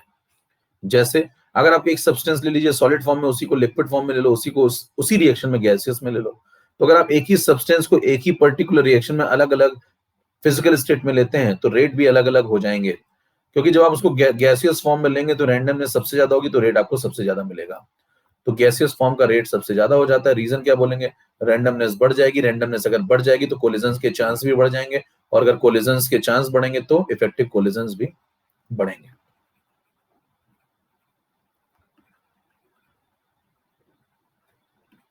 बराबर। ये हो गया पहला पॉइंट, कौन सा, फिजिकल स्टेट। दूसरा पॉइंट है फिजिकल साइज। स्टेट के बाद अगला पॉइंट है फिजिकल साइज ऑफ रिएक्टेंट। देखिए फिजिकल साइज का मतलब है कि अगर आप लेते हैं यहाँ पे सपोज सॉलिड, और एक बार इसको लेते हैं NaCl किस फॉर्म में, क्रिस्टल फॉर्म में, पानी में घोल दो मान लो इसको, और एक बार NaCl को ले लो पाउडर फॉर्म में और इसको पानी में डिसॉल्व कर दो, मान लो यही रिएक्शन देख लें, तो बताइए क्या दोनों में रेट बराबर मिलेगा आपको, नहीं, R1 R2 अलग अलग होंगे। पाउडर में जब आप लेंगे तो R2 ज्यादा होगा, या सरफेस एरिया एक्सपोज ज्यादा हो रहा है तो R2 ज्यादा होगा। तो बताइए क्या दोनों में आपने, इस एग्जांपल में NaCl जब आपने क्रिस्टल फॉर्म में लिया तो भी वो सॉलिड था, NaCl जब आपने पाउडर फॉर्म में लिया NaCl तो भी वो सॉलिड था, यानी कि सॉलिड तो दोनों फॉर्म में था, सॉलिड वो दोनों फॉर्म में था। तो यानी कि फिजिकल स्टेट तो दोनों में सेम थी। देखो फिजिकल स्टेट क्रिस्टल की भी सेम है, पाउडर की भी सेम है, दोनों की क्या है, सॉलिड सॉलिड। लेकिन दोनों में फिजिकली साइज बदल दिया, उससे भी फर्क पड़ता है। तो इसीलिए इसको अलग पॉइंट बोला गया, फिजिकल साइज। पहला पॉइंट क्या है, फिजिकल स्टेट, दूसरा पॉइंट क्या है, फिजिकल साइज। क्लियर है मामला। फिर नेक्स्ट स्लाइड पे चलिए, 2 नंबर हो गई है, 3 नंबर में आ जाइए। 3 नंबर में आप बात करेंगे, ये हो गया फिजिकल, इसका केमिकल की बात कर लो। केमिकल नेचर अगर मैं बदल दूं रिएक्टेंट का तो उससे भी फर्क पड़ता है। अभी जो बात है आप कर रहे थे वो फिजिकल नेचर में थी, ए पार्ट था, केमिकल नेचर बी पार्ट। ये सब किसके अंदर चल रहा है, नेचर के अंदर। ध्यान दीजिए केमिकल नेचर अगर आप चेंज करेंगे तो फिर तो चेंज होगा ही होगा सब कुछ। बताओ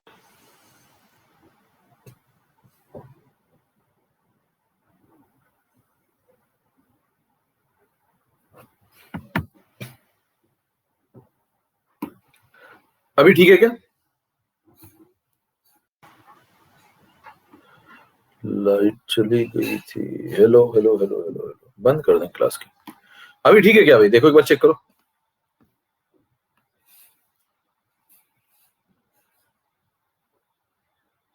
11:30 से क्लास है तो अभी टाइम है ना थोड़ा सा। अभी ठीक है कि नहीं बता दो, अभी छोड़ देंगे बस 5 मिनट, 5-10 मिनट ज्यादा नहीं पढ़ाएंगे। एक बार क्वेश्चन टैब में लिख दो, यहाँ पे चैट में कुछ प्रॉब्लम आ रही, क्वेश्चन टैब में लिख दो, अभी सब क्लियर है क्या, एवी क्लियर है एकदम, एवी लिख दो फटाफट। ठीक है, केमिकल नेचर में आ जाओ भाई। अब देखो केमिकल नेचर में क्या होगा, मेरे ख्याल से क्लियर है। सुनो, केमिकल नेचर का मतलब है कि अगर आप पर्टिकुलर बॉन्ड ही चेंज करते हैं, जैसे आप मान लो मेथेन ले लो, आप एथेन ले लो, है ना। अगर आप मेथेन एथेन लेते हैं तो बताओ मेथेन एथेन लेने का मतलब क्या है कि आपने दोनों की रिएक्शन O2 से करा दी, तो भाई दोनों के रेट बराबर थोड़ी होंगे। मेथेन के अलग बॉन्ड है, देखो ये भी गैसियस है, मान लो ये भी गैसियस, तो इसके बॉन्ड अलग है, अलग बॉन्ड टूट रहे हैं। यहाँ कार्बन कार्बन बॉन्ड है 3H है और यहाँ 3CH है ऐसे, तो फिर बॉन्ड भी अलग अलग लगेगी, तो फिर रेट पे असर पड़ेगा। तो R1 R2 बराबर थोड़ी होंगे, R1 R2 बराबर। तो ये क्या चीज चेंज कर दिया आपने, बॉन्ड चेंज कर दिया। तो बॉन्ड जब आप चेंज करते हैं तो कौन सा कंसेप्ट आएगा, केमिकल नेचर। बॉन्ड भी अगर मैं चेंज कर दूं तो R1 R2 बराबर नहीं होंगे। ये बात समझ में आ रही है, कौन ज्यादा कौन कम वो तो फिर बात की बात है, वो सब आप थर्मो पढ़नी पड़ेगी उसके लिए। लेकिन आपको ये समझ में आना चाहिए कि हाँ बॉन्ड बदल देने से भी फर्क तो पड़ता है। ठीक है, तो ये हो गया फिजिकल नेचर और केमिकल नेचर, दोनों ही अगर मैं बदलता हूं, कोई भी बदलता हूं फिजिकल या केमिकल में से, तो फर्क तो पड़ता है। ये बात समझ में आ गई। कंसंट्रेशन में आइए, कंसंट्रेशन पॉइंट पे अगर समझा जाए, 4 नंबर पे सुनो भाई। अगर मैं आपसे कहता हूं मैंने कंसंट्रेशन बदल दी तो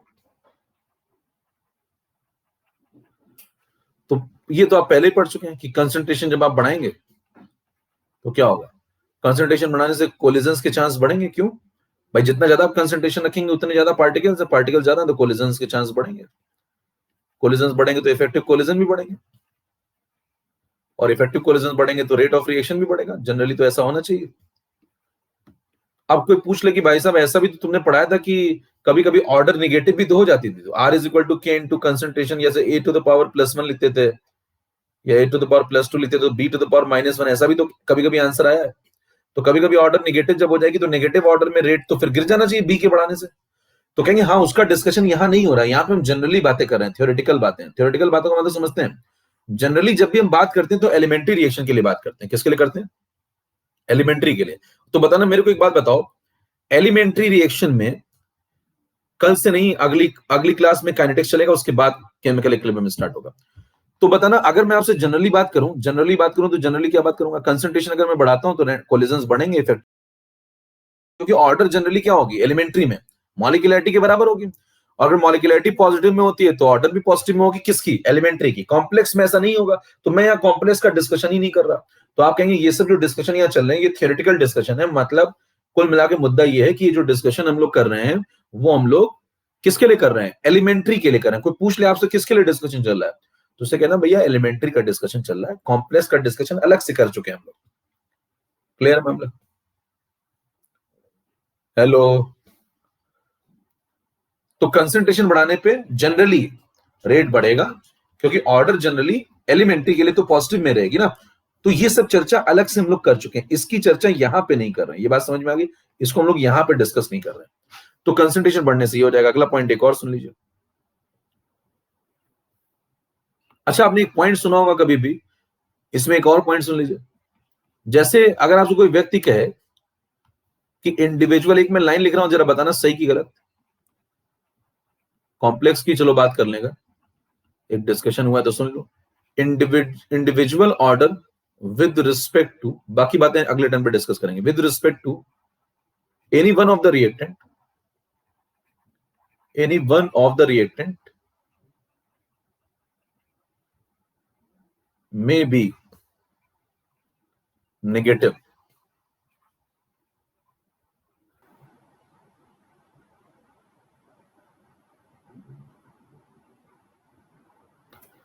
but the overall order, बस लास्ट बात है, खत्म कर रहे हैं इसको, but the overall order will not be negative,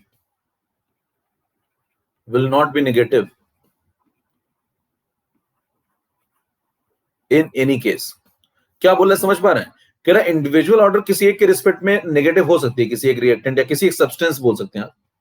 reactant भी हटा दीजिए, रिएक्टेंट भी हटा दो, यहाँ सब्सटेंस, कोई सब्सटेंस हो, वो रिएक्टेंट भी हो सकता है, प्रोडक्ट भी हो सकता है, may be negative, but overall order will not be negative in any case. क्यों? ध्यान दीजिए, अगर आप कॉम्प्लेक्स रिएक्शन भी पढ़ते हैं तो आपने एक सवाल लगाया था, वो O3 वाला। अगर आपने ध्यान दिया O3 वाला सवाल, ये देखो आ गया लौट के 21 नंबर वापस लौट आया। तो बताना, ये वाला O3 वाला सवाल लगवाया था तो उसमें O3 के ऊपर पावर क्या आई थी? 2। देखो, और आंसर आया था ये वाला, चेक करो। तो +2 और -1 चेक करो, दोनों को जोड़ो। इंडिविजुअल तो देखो निगेटिव आ गई, प्रैक्टिकल केस में इंडिविजुअल तो नेगेटिव आ सकती है, यस पॉसिबल है, लेकिन ओवरऑल जोड़ो तो +2 और -1, यही आंसर था इसका, देख लो। तो प्लस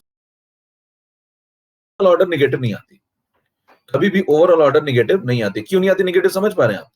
इसलिए नहीं आती क्योंकि अगर ओवरऑल ऑर्डर ही नेगेटिव आ गई मान लो, तो फिर क्या हो जाएगा कि आप दोनों रिएक्टेंट को ओवरऑल बढ़ा रहे हैं और रेट घटता जा रहा है। भाई अगर ओवरऑल ही नेगेटिव आ गई तो उसका मतलब ये हो गया कि भैया, अगर आपसे कोई कहे कि ऐसा आंसर आ गया, कभी क्या ऐसा प्रैक्टिकल आंसर आ सकता है? कभी -1 ये भी हो जाए और ये भी -1 हो जाए, ऐसा हो सकता है क्या?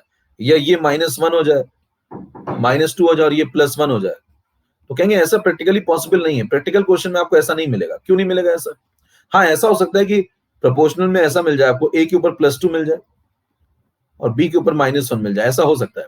देखिए इसके रिस्पेक्ट में नेगेटिव हो गया लेकिन ओवरऑल पॉजिटिव हो गया, ये हो सकता है, लेकिन ये पॉसिबल नहीं है। क्यों नहीं पॉसिबल है दोनों? क्योंकि देखो ओवरऑल ऑर्डर यहाँ नेगेटिव हो गई तो भैया रिएक्शन को स्टार्ट कौन कराएगा?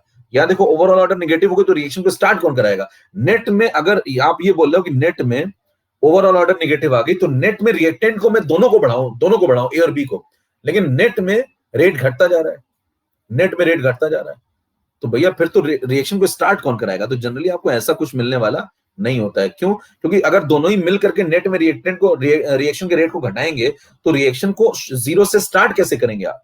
तो आपको अगर ये ओवरऑल ऑर्डर अगर निगेटिव आ गया, मान लो दोनों निगेटिव आ गए, तब तो बहुत ही बकवास बात है। अगर ओवरऑल ये निगेटिव आ गया, इसके ऊपर ज्यादा निगेटिव पावर है, तो इसका ना अगर आप दोनों को डबल करेंगे तो भी रेट देखो नेट में क्या हो रहा है, घट रहा है। तो ऐसा पॉसिबल हो गया तो रिएक्शन को स्टार्ट कौन करेगा? तो ऐसा कभी भी नहीं होता कि ओवरऑल ऑर्डर आपको निगेटिव मिले। तो ये कहा जाए in any practical case, hypothetically आप कुछ भी बोल दीजिए, लेकिन प्रैक्टिकली केस में आपको ऐसा नहीं मिलेगा। मेरे ख्याल से बात समझ में आ गई, खत्म करते हैं यहाँ पे, ठीक है? चलिए खत्म करते हैं। ओके, मोल कंसेप्ट का भैया कोर्स देखो रिकॉर्डेड में पूरा कोर्स देख लो जिसका छोटा हुआ है। तो आज मैंने आपको काफी बातें पढ़ा दी। अब देखिए हम लोग अगले टर्न पे क्या करेंगे। अगले टर्न पे जब भी मैं आऊं तो मेरे को आपको याद दिलाना है काइनेटिक्स में जो बचा कुचा पोर्शन निपटाना है। बचा कुचा पोर्शन में क्या है वो सुन लीजिए। आते ही आपको सबसे पहला काम ये बोलना है कि फैक्टर्स चल रहे थे। क्या चल रहे थे? फैक्टर्स। रिएक्टेंट हो गया था, कंसंट्रेशन हो गया था, ये सब फैक्टर मैं अगले टर्न में पढ़ा दूंगा और ये खत्म कर दूंगा, ठीक है? और ये खत्म करने के बाद हम लोग आरएनएस इक्वेशन कर लेंगे, आरएनएस इक्वेशन कर लेंगे और काफी हद तक मामला समाप्त हो जाएगा, ठीक है? फिर हम लोग केमिकल इक्विलिब्रियम की तरफ बढ़ेंगे।